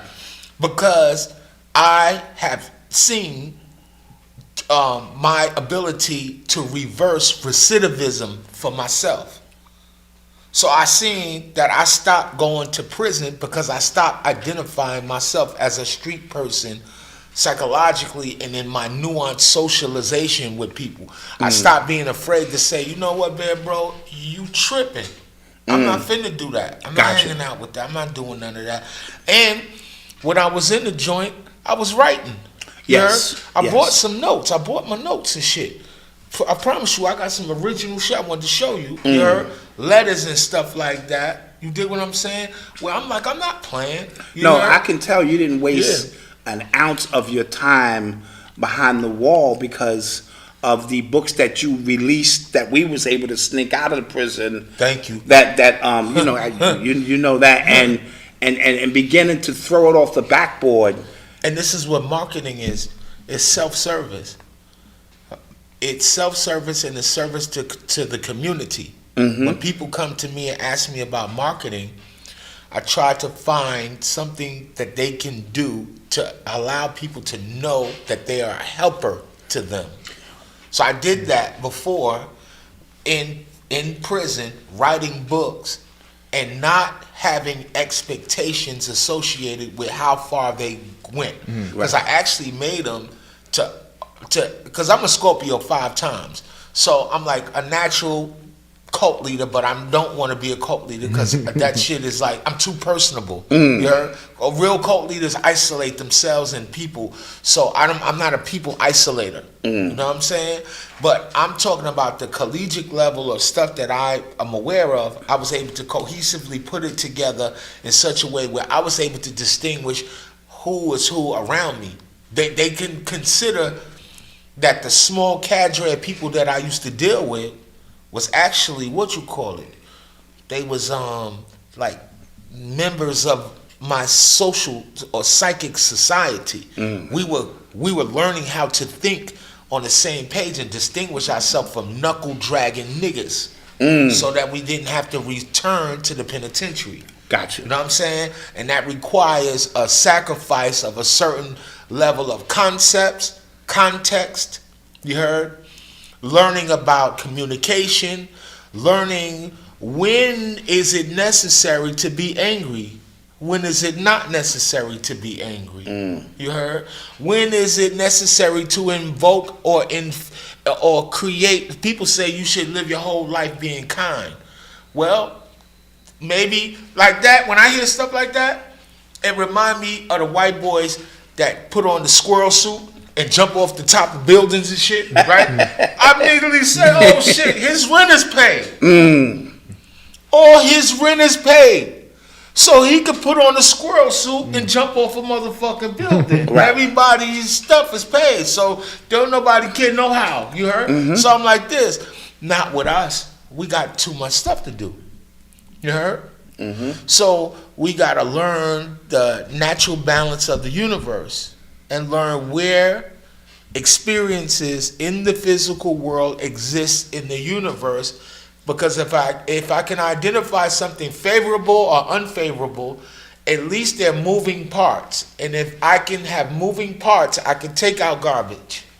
I can bring in sustenance. I can go and take garbage and clean it up. You heard? And make it suitable or usable. You heard? There's so many things that's affordable if we can afford to pay attention. You dig what I'm saying? No, absolutely. Go ahead. The way you talk about art and marketing, was that your connection with like with West Side Gun and Griselda? Well, I want to say this. There are many people who do art and media. There are very few people who are able to perform the task that I have seen the young man who you said can perform. He has a blueprint, bro.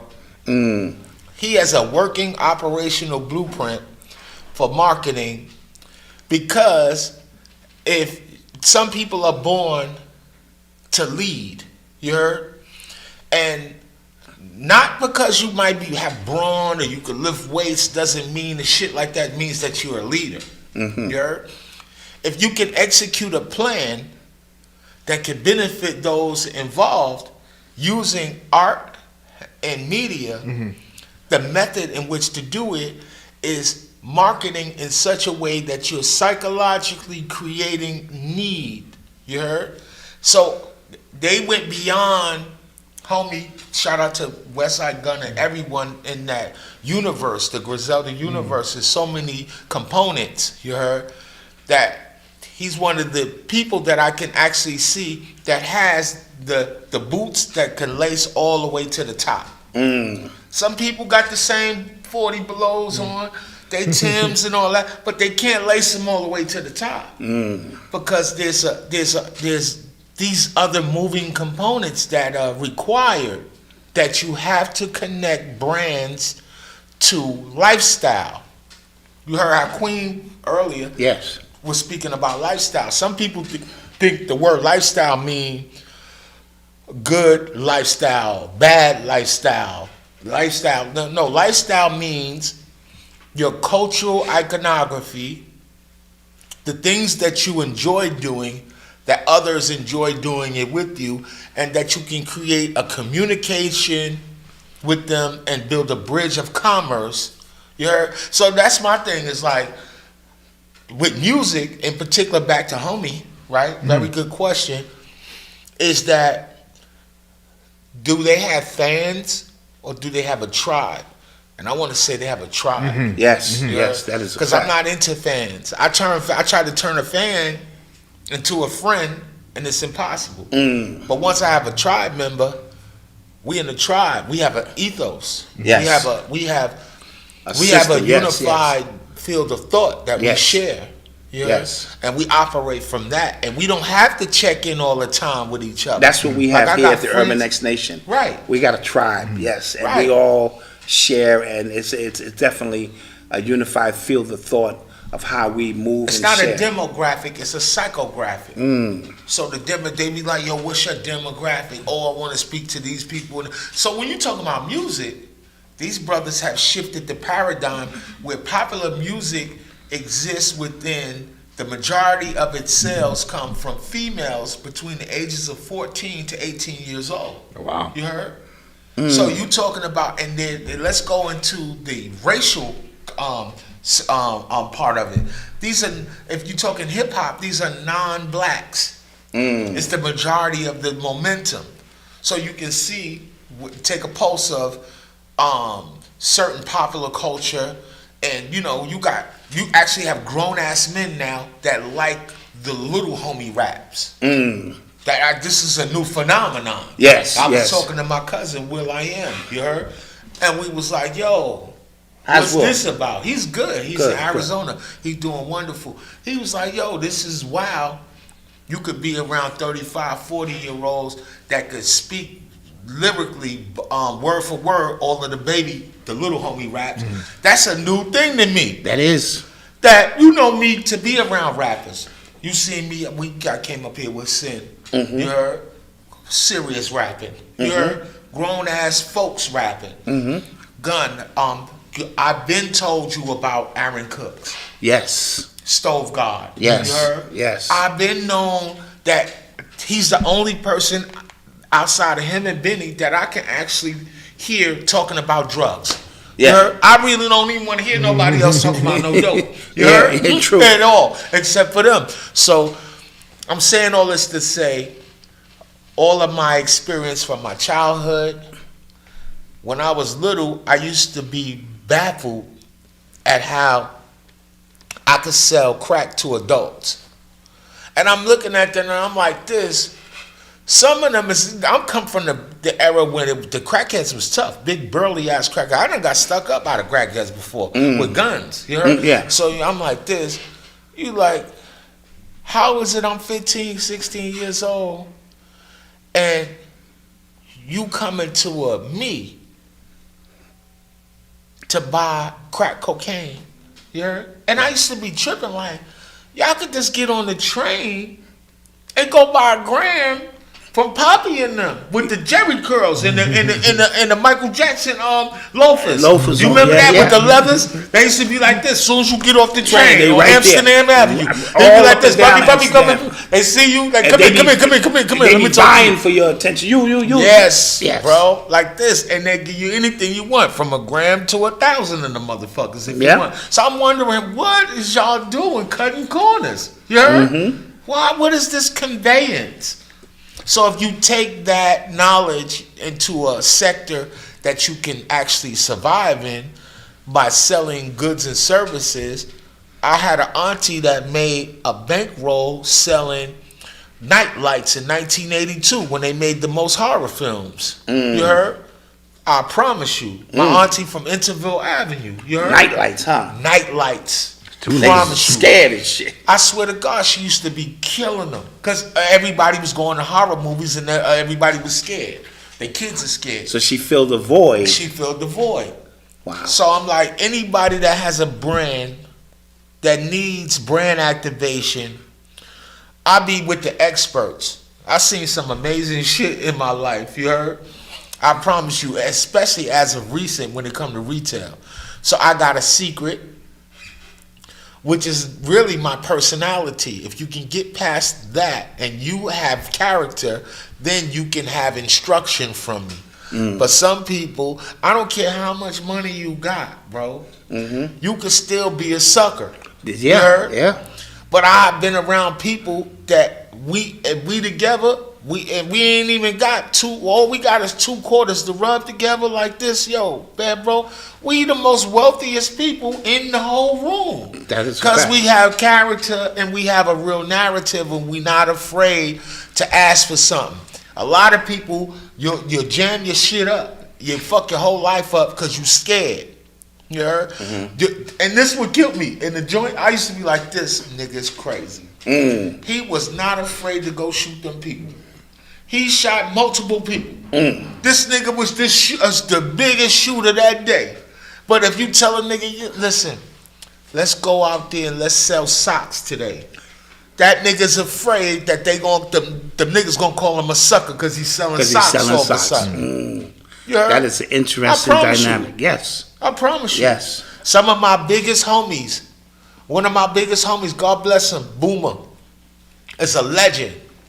Boomer used to work the night shift at White Castle and was a certified gangster with a bankroll, jewelry, and all that. But he had parole. He had to satisfy his obligation to his parole officer. You dig what I'm saying? Yes. So I'm like, Boomer's a legend. And you wasn't gonna fuck with him. You wasn't gonna fuck with him. For real. Promise you. So do people? Where do they reach you for these consultations? First of all, they got to be serious. And I know you have a process in which you, how much does your understing of art, image, occult science? Okay.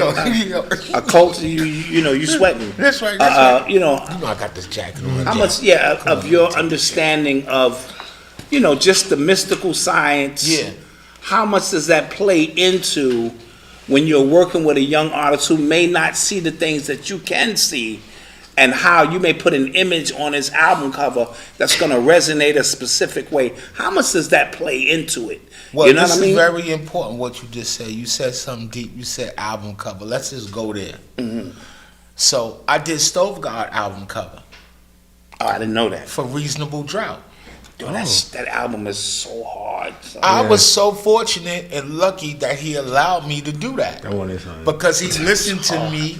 Because nowadays the album covers with people trying to run with the homie and them blueprint and everything. Everybody's trying to make these Franciscan, Etruscan, Nordic covers dealing with hip hop. I get it. Juxtaposition. You're trying to show something that's not what it is. I get it. Cool. That's a play that you do when you can't actually really rap that well and you need 3 to 4 mixtapes just to get a buzz and get ready, album ready. When you're nice like Stove God, you put your fucking face on the cover. That's called Def Jam ready. That's what I call it. That's called Def Jam ready. Because that's what Def Jam gonna do. You heard? A lot of artists might beef and be like, yo, Def Jam took my money in this, I ain't getting no money. No, nigga, you can't go nowhere now without people identifying you. That's true. Because they don't play with that. They want the face of the artist out there. Then I use the psychology of color. So it's a red cover with accents of yellow, because yellow has all of the elements of fear as well. Red is awareness, yellow in nature is poisonous. So it makes you not fear the artist, but it makes you carefully consider and look. You heard? They use it for yield signs. Not stop. Stop means it's declarative. Right. Yield is like, hold on. Right. Shit could get a little weird for you if you keep moving that fast. Son. Got you. You feel me? And green is usually in signage to tell you where you're at. Got you. You know what I'm saying? So, and then it goes even deeper. All signs gotta be able to be read at 150 feet away without fonts. So people be using a lot of fonts trying to get out of, they be trying to be cute, but you get out of your money if you have to confuse the viewer in a world where everybody has a short attention span.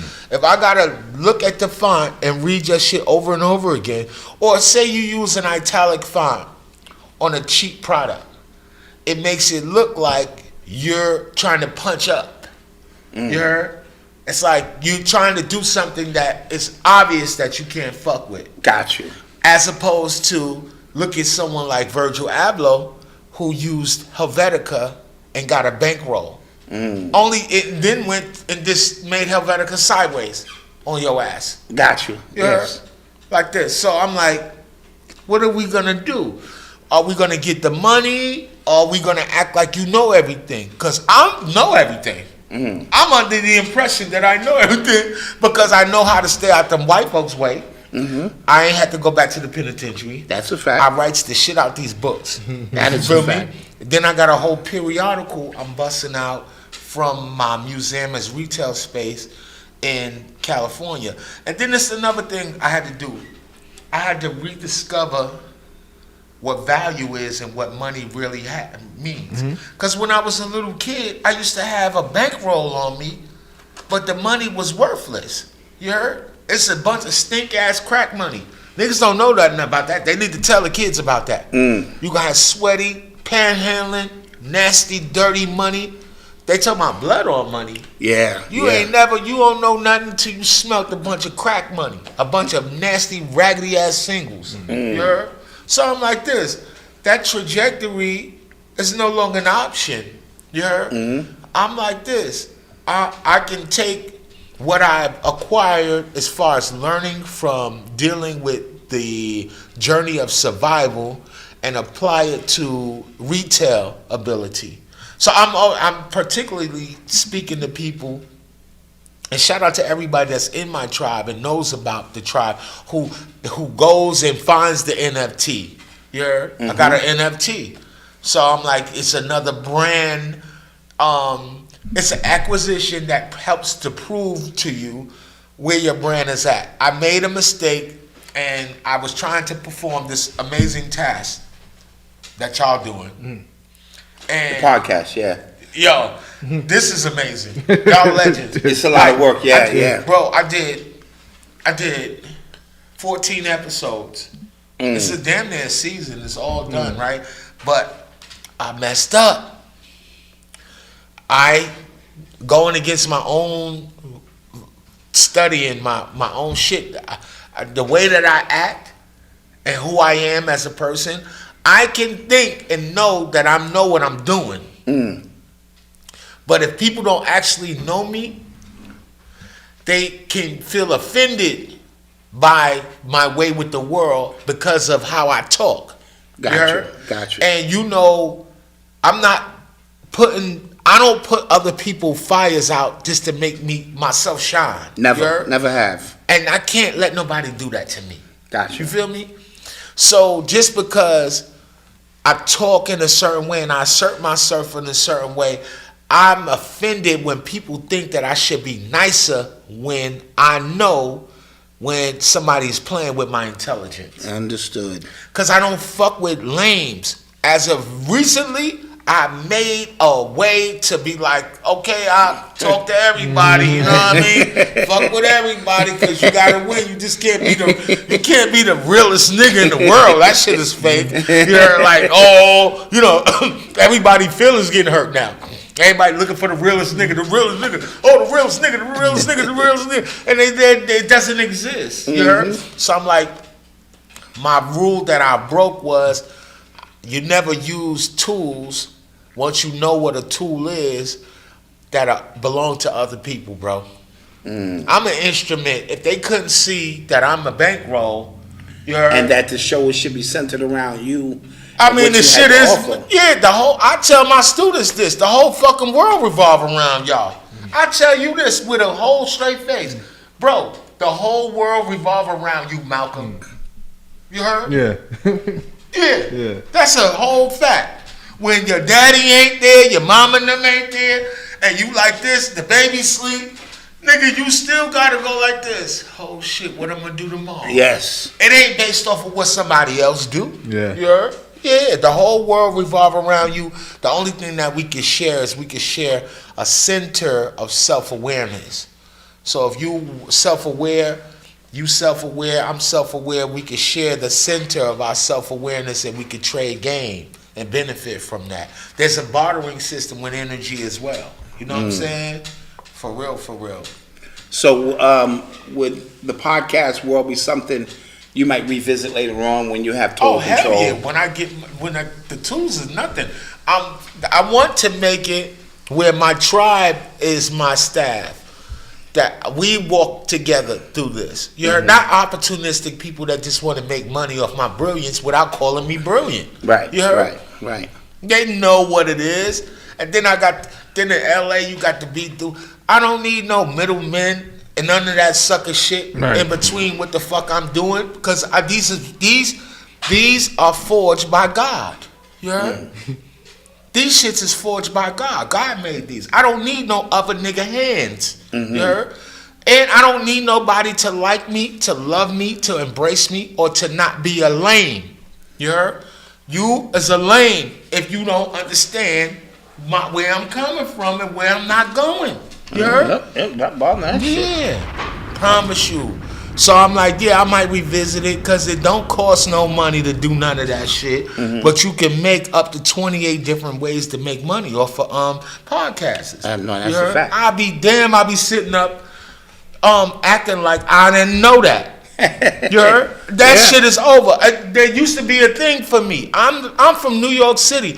I don't know how to act stupid. Niggas in other places, they act right. They operatively act dumb to get over. They playing possum. You remember that? Yes. Pool sharks. You heard? And then niggas will hate anything that's intelligent and call it too aggressive. You heard? Meanwhile, you niggas ain't never did produce nothing in your life. Wrote nothing or nothing. Ain't nobody checking for none of them niggas neither. So I be like, whatever. You heard? Yes, What? sir. Yeah, fuck Yes, that. Everything is on when I say it is. So now I'm going to go like this. I got a whole museum as retail space. You would be surprised at how much ephemera I got up there, bro. First of all, when did you collect all of that? Since childhood, I still got my toy. My aunt Sharon, God bless her dead, bought me in 1979, my Darth Vader. Son. That's the oldest thing in there. I got comic books from childhood. I see. I was like, wow. And then I invest money into it. So if I get money, I know, because I'm a master of fucking some money up. I got the Jupiter in my placement. So I've never been fucked up, never. You heard? Even when I ain't had money, I looked like I was the rich. You heard? When I was in the penitentiary, I still had more money than the motherfucker in the street begging, ain't know what the fuck to do with their life. You dig what I'm saying? So I'm like this. I will take my money and buy something that accrues in value each day. Nothing in my showroom decreases in value. Absolutely. So it's all curated. Let me say that again. People be having worldly possessions. I seen there's a whole community of niggas that buy sneakers, bro. They wait online for sneakers, bro. Yes. They spending 4 digits on sneakers. Niggas spending sneakers, buying sneakers from Italians and the Romans and the whoever all over the, you know what I mean? Like this. Fuck, niggas will kill your kids. That's a fact. For about they fit. Yeah, about they sneakers, right?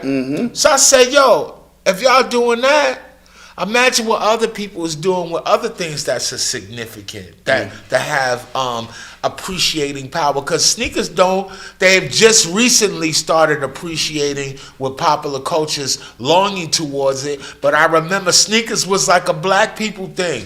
White folks used to have the most raggediest, fucked up sneakers in the world, son. Yes. So now all of a sudden they in the sneakers. Yeah. I'm like, oh shit, get out of here. Since when? You heard? So now you got all these hipsters telling hip hop what to do. Yes. You heard? Yes. And I'm like this, I get it. Y'all think y'all fresh, but y'all don't even know how to do graffiti. You heard? Draw me a graffiti character with the sneakers that your ass got on. Because I can still do my graffiti characters from when I was little with the Adidas and the Pumas. Yeah, shout out to K. Slay. Come on, legend. The legendary Desi K. Dez. Slay, Desi Dez. Promise you. And I just watched last night Style Wars. Just to keep the blood flowing. Like this.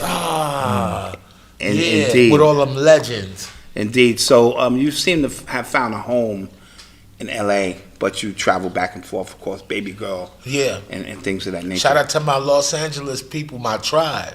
I found a tribe out there. Yeah. You heard? Promise you.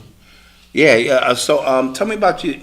Baby girl playing the guitar. You bass guitar too? Yep. Man. Yeah. I love it. Yeah. I love it. I love it. I love it. I love it. Yeah. You know what I mean? So you She's keep a her culturally legend. grounded and culturally open.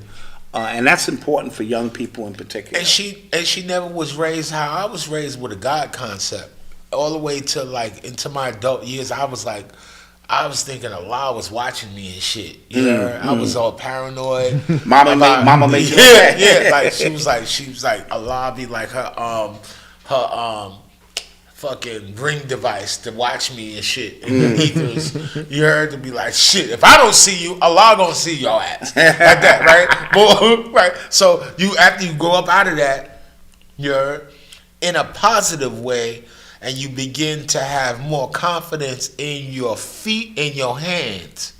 You're in the deeds, in the whereabouts where you go to perform your magic.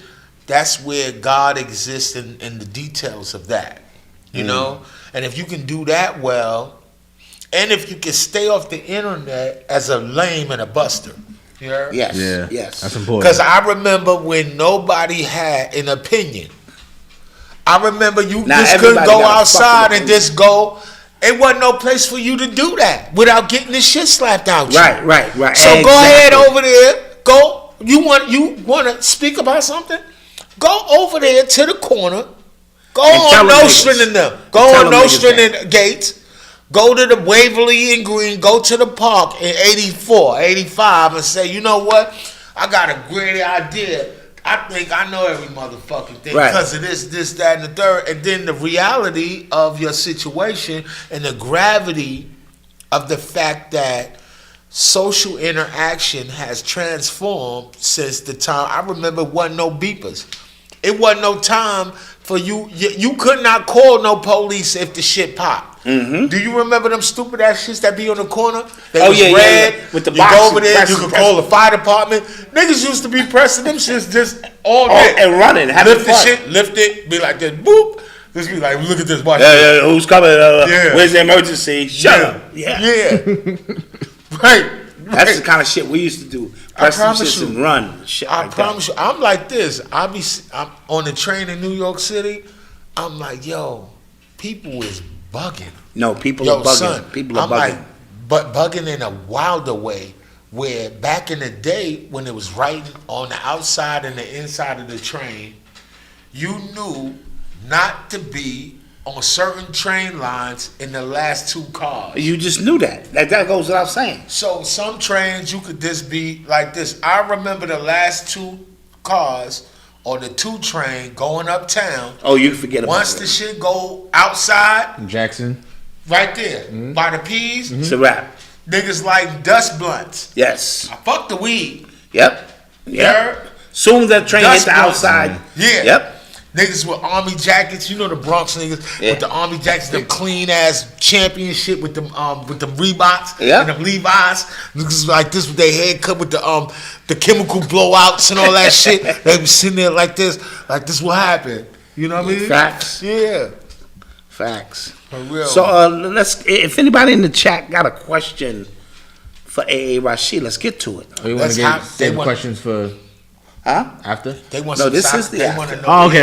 After. Yeah, Psychiatry. Got you. Yeah. And put up, what's his cash app? Put up his cash app. It's S Prince 111.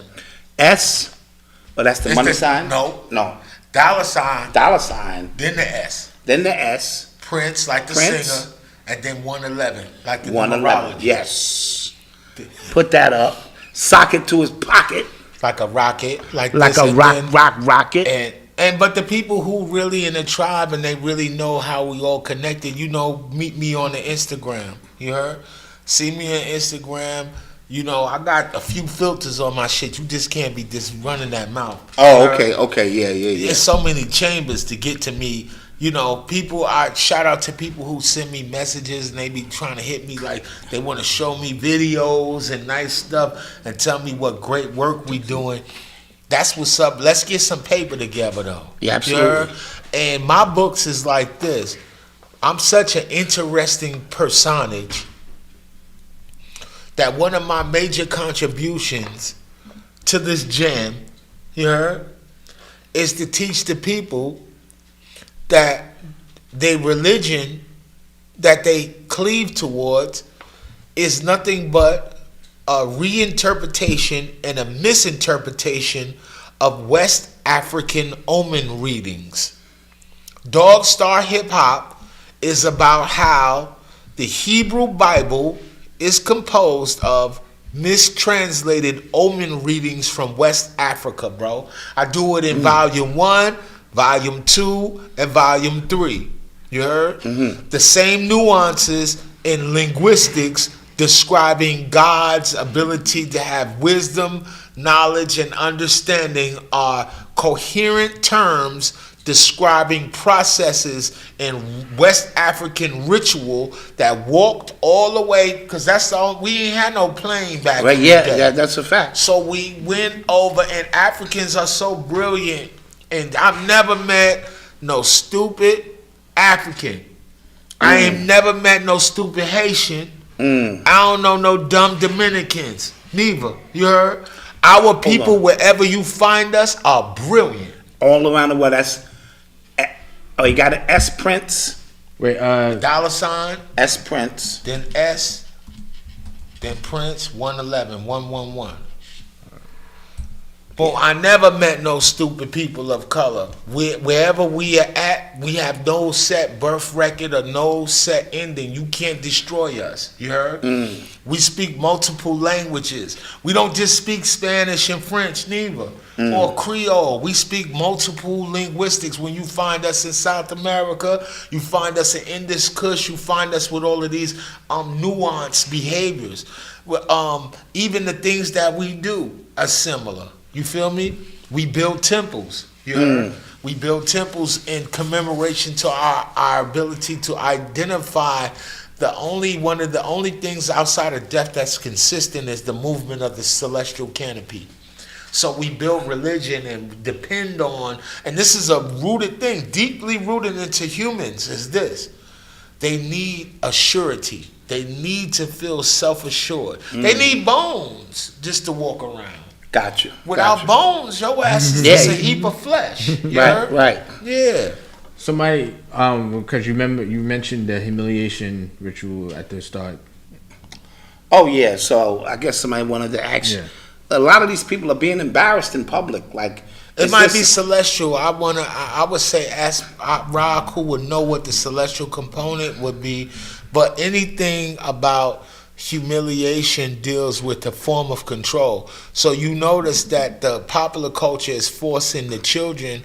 Their cultural iconography is they getting deeper into shit that you can't shame them on. Mm-hmm. So you notice that all of the other infrastructural mandates for character are now being questioned. You heard? Yes, sir. So then there's a group of people, even the people doing the questioning are also part and parcel of the newness of change. You heard? So, whenever there's a species terminus, everybody wants to ask the plant why it's dying while it's dying. You see the plant dying, instead of watering the shit, the new thing is with the phone in your hand, instead of watering the plant, you ask the plant, take pictures of the motherfucker while he dying, and ask the Siri, hey Siri, why is my plant dying? Right, this boom, then you have to start talking about the plant. And then like, oh, stupid plant, you should have been born in another place the plants was born. You heard? I'm gonna get my plants to come fuck your plants up. Fuck your plants. Like this, and then they just film it, but nobody goes puts no water on the plant. You heard? So I'm like, I gave up with niggas, and the human shit, because I'm like, you can't surprise me. Yeah. So you're not gonna hit me with no new shit that I never seen before. You heard? And you're not gonna make me feel bad about my humanity, and nor do I want to endeavor to make others feel bad about theirs. You know what I'm saying? But this young generation, Lord, they different, man. Yeah. You know what I'm saying? In their music, in their cadence, in their style. Oh, they whole music is about saying that they with your girl, that they will go do something to your mama and them, that your brother and them ain't no good, your family no good, that this, that, and then that they ain't shit neither, because they always say that they came from the bottom. Yes, yes. And then they got it all by themselves.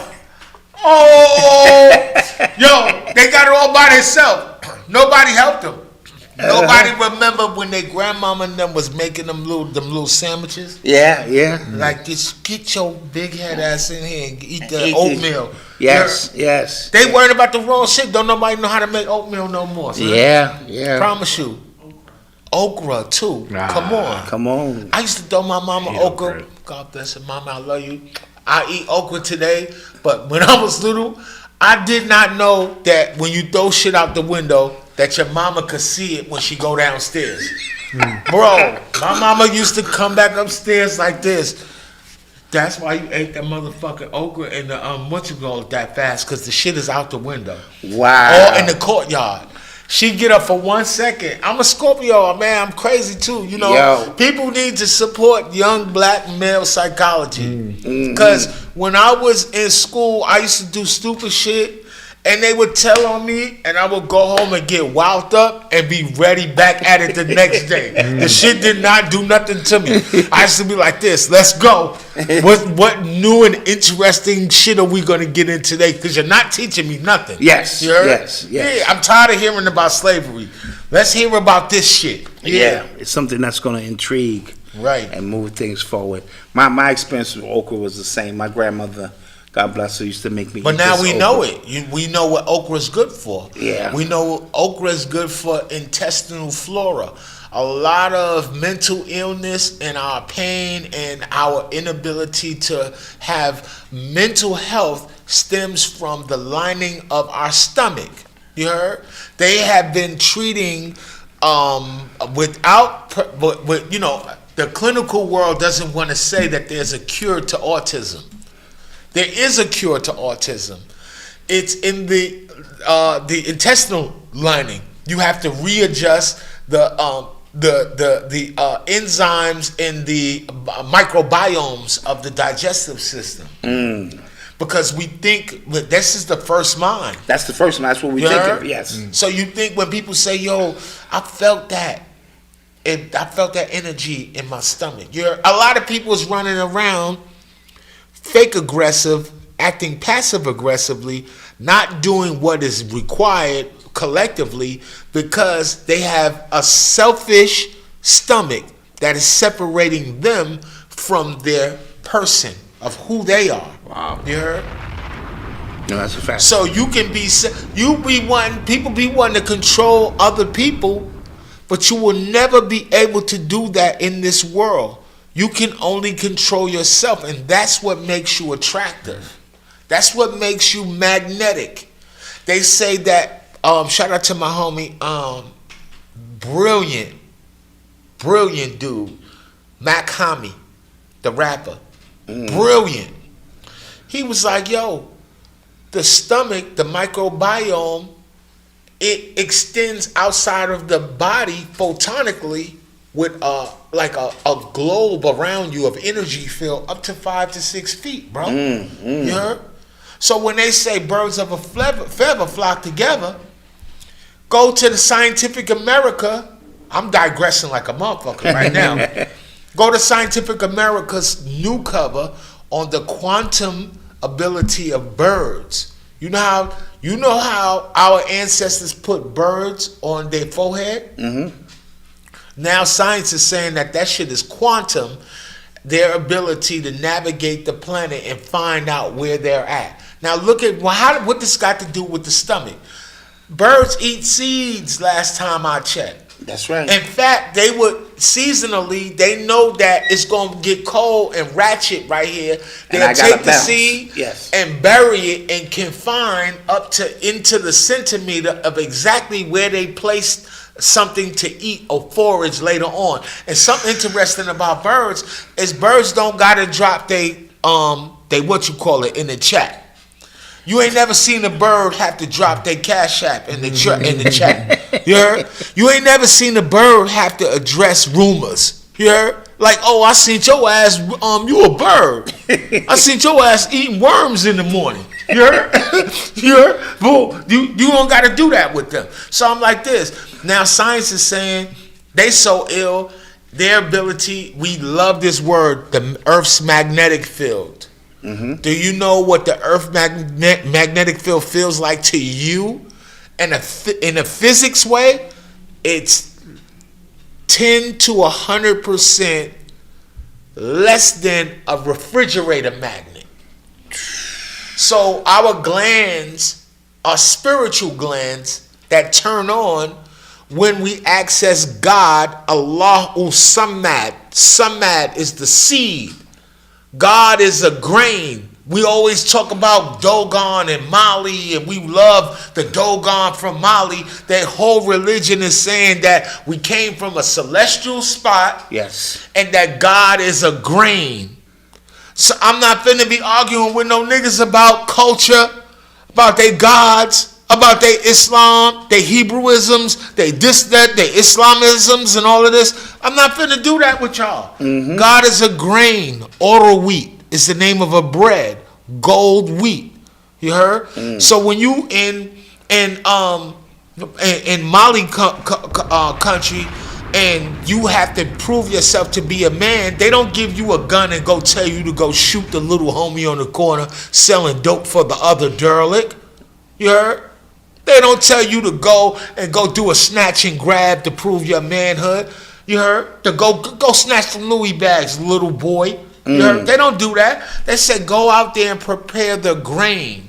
Let me see you chafe the grain. Take the husk off the outside of the grain and turn the grain into flour. And then we're going to teach you, little nigga, how to make bread. You feel me? And that's what making bread is all about. That's how they used to pay you to make pyramids. They couldn't give you no money to build no pyramid. Right. Because they was like this, but the homie right there know how to start a fire. Right. And he knows the right quotient of water and liquid and the other fats from animals, you vegan ass niggas. You heard? Ghee. You to make a good bread. You heard? Like this, leavened or unleavened. Then we have our Jewish extension of our Kushite empire's intelligence and spiritual technology. To this day, encased in all the religions, we still have semblance of our science. So our Jewish participants who are holding the vehicle of our expression intact, right? Because they knew the Negro would be dumb. Right. One day he will wake up. One day he will wake up and nobody will not know who he is. He will not even know who he is no more. You heard? He will be arguing in the streets amongst himself. He will see himself homeless in the streets, abandoned in the streets, fucked off in the penitentiary, locked up. But yet the mystery still exists. It's down in Las Vegas. It's in Atlantic City. Tarot cards is hiding themselves as playing cards until the black man wake up. Divination is at the roulette table. Pick your number, nigga. You heard? Until you wake up. You heard? Yes. Yeah, so none of this shit is spiritual, nigga. Yo, come on. Absolutely. How many combinations can you get on 3 6-sided figure pieces? Check a luck, nigga. The more you put down, the more you pick up. Nigga. What happened? Yeah. Bet the next two don't beat the deuce. Exactly. You know what I mean? Yeah. For real. Malcolm, you want to ask A.A. Rashid? I'm just listening. I'm just taking it in. You're learning. Yeah, I'm just taking it in. Brother. Oh, there's questions in the chat. Somebody asked about flat Earth. Somebody asked about Antarctica. That kind of stuff. Hold on. Let me get a question. Flat Earth? I don't know, man. That's some shit I would let. I like Raul Cool's response. What's his response? He shits on them. Oh, yeah. Flat Earth people. He's like, they like a waste of time. Yeah. Like this, like it's obvious that things are round. Yeah. Everything else like around. You can live on something round. It's not bad. And it's funny. You know what I mean? It's funny because I get on my platform. I fuck around with everybody. One day I'm on my flat Earth shit. I feel you. Next day I'm on my round shit. Yo, you just scared me. I'm about to do that shit too. Yo, fuck it. Niggas be like, is he serious? Yeah. What doctor? They be all balled up in a. I'm like, yeah, man. This shit is flat, son. I'm just walking, nigga. Fuck. Promise you. But Antarctica is an area in which we're not allowed to go into. So it is restricted, and only. You know why? Why is that? Because there's aliens up there. Boom! That's what I wanted to hear. And monkeys. You heard? It's talking monkeys, aliens, and Godzilla live up there with Superman. Boom! That's what I'm saying. That's what I'm saying. I promise you. And the Raiders of the Lost Ark. All that shit is up there. All that shit. Yeah. All sound good to promise me. You. Stay your ass from over there. For real. What do you think about Elon? What do you think about Elon Musk and the Neuralink stuff that he's trying to do? That shit is nothing short than brilliant. Niggas need their own satellites and to map out these brains because they not doing shit with niggas' brains right now. We the first neural links. We the ones been made that up. And in fact, we need to watch the Terminator sequence all over again up to Terminator 3. You heard? All that shit is about Chappie. All of them is trying to make the most super soldier on the planet is AI. AI is created off of the psychology of a black man who will do anything to accomplish the task. That's what the Terminator is about. That's why they used Arnold Schwarzenegger to do it. Yes. And then he pulled his big move at the spot. The location was called Tech Noir. That was the restaurant where he picked up and used the fake voice and was like this, where you at? She was like, I'm at this club. It's on Pico. Pico, shout out to True Master. Pico, he was the one told us that Pico was black and looked like KRS-One. He's the first one that opened up California. You heard? So the best kept secret is the black man. You heard? And more important, the only win that America ever got out of the Vietnam War was because of Chappie. And Libya almost took over the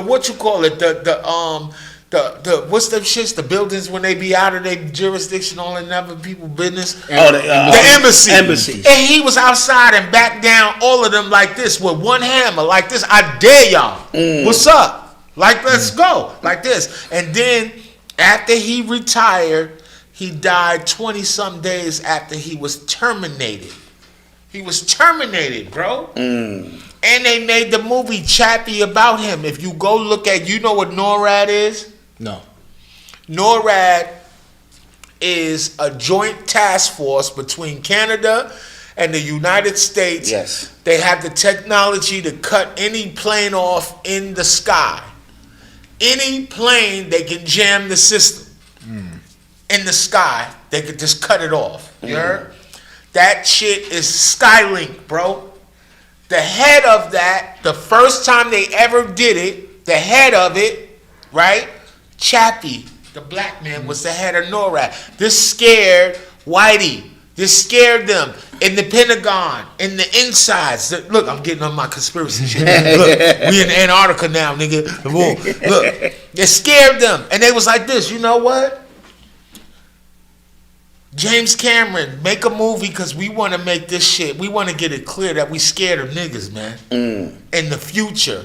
So they used the white boy Kyle Reese that came from the future and manifested right downtown LA, right by the Par de Falas. Went inside and got a pair of Air Force Ones. The first time you ever seen them on somebody's feet in the movies was in the Terminator. You heard? Air Force One we know is the president's plane. Right. That's NORAD again. Right. Hello? And then look at the first sequence as the movie starts and they ask him, yo, what date is this? Where we at? It corresponds with the date from when NORAD was started. Wow. And then corresponds to the date of the man who made the first computer. You heard? Black man. No, some German dude. Of course we made the first computer. That's people telling me, they tell me, yo, you need to make a book, The Black Man's Guide to Him Making Up Everything. You heard? You heard? Because we could do that easily. Absolutely. Like, look, boom. But I'm saying this dude was the first person that programmed a computing machine. Okay. You heard? And it corresponds with the same date. You heard? Even the movie Chappie about a robot, right, is them using the narrative of AI and transference of psychology, neural networks into actual computers. They would rather not have niggers. They would rather have the niggers' psychology and prowess and ability to accomplish tasks and to not play with nobody. You heard? So you know this back in the day, it was a cultural nuance that even RoboCop, it was street niggas. It's a street nigga named Robo. Yes. You heard? Yeah, RoboCop is down with us. Right. Making funky music is Right. a must. Yes. So that they promoting that whole idea of AI and all of that is the exaltation of melanin. Of trying to do That's it where I was going to artificially. go next. You heard? With the melanin and how important that is interfacing with this artificial intelligence. Because And we what have it a is they're trying to deity. do. We have a deity that operates almost like AI. It's called Obatala. Who sits there and monitors every single thing and just makes sure everything is in accordance. I learned this from Oba. He said he gave me a narrative or a story of how Obatala goes to a bar but never drinks. He goes there specific, and this is one of the bars where they pour you extra. And then the counter's sticky because of all of the extra drinks. So along with that, it's all type of vice in there. But Obatala sits in the corner not drinking nothing, just watching everybody and making sure they don't overstep their boundaries. You heard? But Elon Musk also said that AI is very dangerous. You heard? But he's saying that, but he need AI to keep the satellites going. I don't think people really understand what satellites. This is why you got to teach your kids to learn their multiplication, times table, and division, and all that algebra shit, just in case them little motherfuckers grow up and send a satellite to the thing. They got to know how to send it up there, and that the satellite is consistently falling into the earth due to a mathematics that is evading actually falling into the atmosphere. Right. You heard? But I'm like, I can press a button on my ability to have imagination, and I can easily see. I'm gonna say this, and then I'm gonna go to the Batman movie. I can see this one day. Everybody in a Tesla, then the Tesla just take everybody that's in the Tesla to one specific area. Yeah. Or the cars can, if the AI gets out of control and the AI knows you ain't shit or assumes that you're not, or the times that we're in don't require or request for your decision making, the car will take your ass, lock you in, and take your ass to the precinct or to appropriate areas where they can dispose of you because you're not going with the artificial intelligence agenda. No, I can see that. I can see that. For real. And all these cars being able to shut themselves off. What if you ain't pay your bill? Just imagine your car just shut off right there. Child support. How about shut off?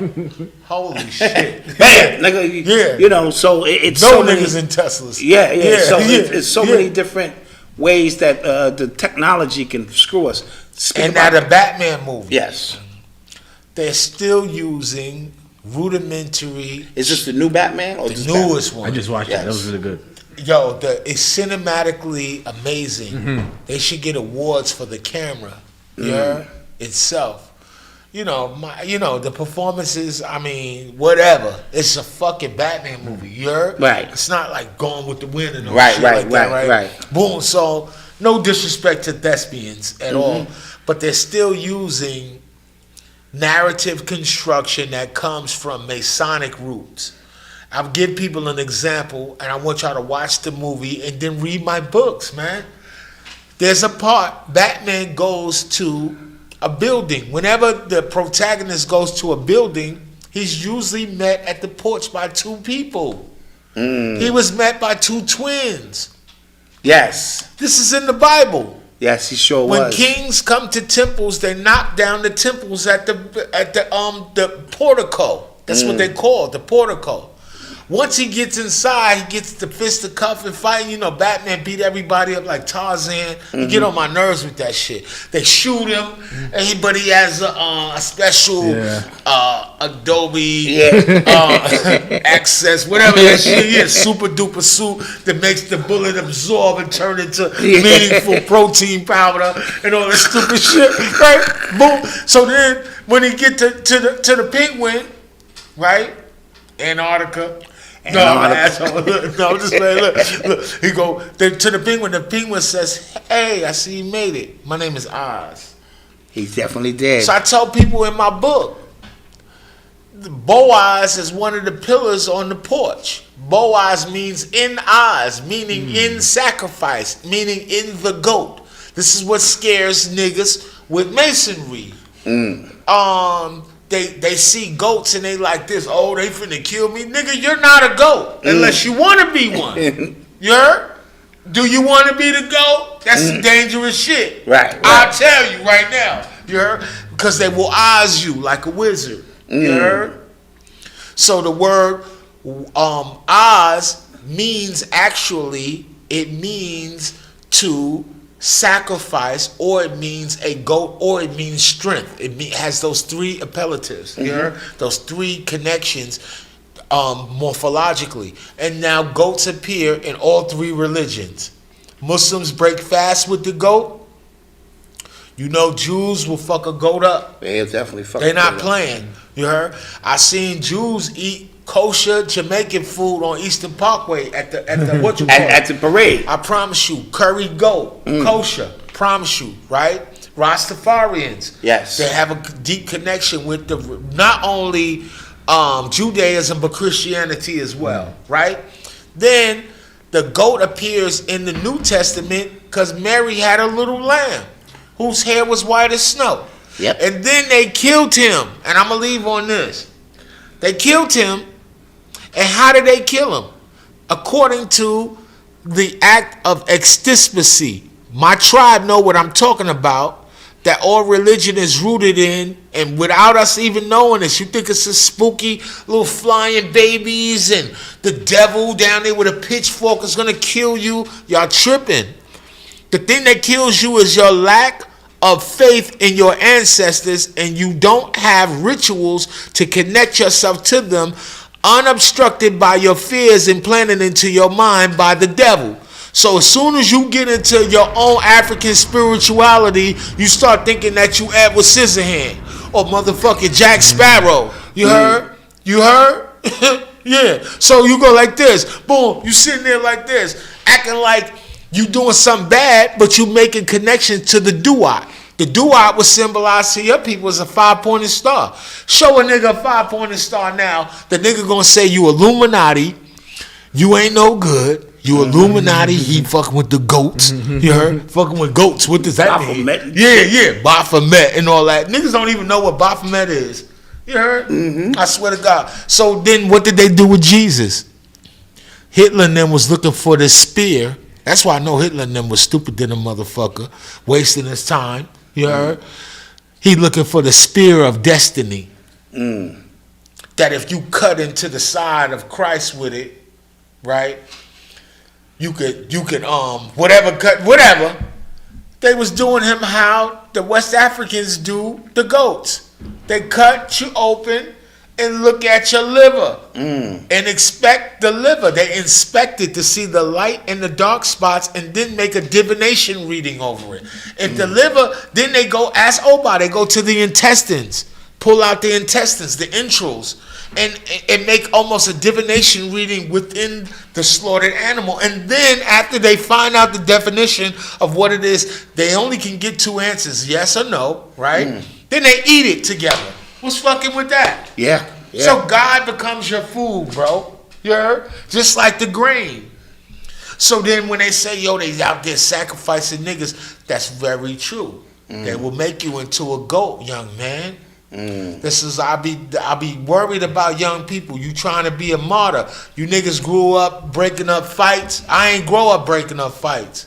Them niggas ain't had no business fight no how. That ain't none of my business breaking them niggas fights up. You break up the wrong fight, them niggas will jump you or kill you. Yep. You heard? Yep. So let them be the fucking goats that they are. You heard? Sure. Promise you. And with that being said, With bro. peace and love. Peace and love, man. We gonna get up out of here. Yeah, y'all got a treat tonight. Y'all got an extra treat tonight. I hope so.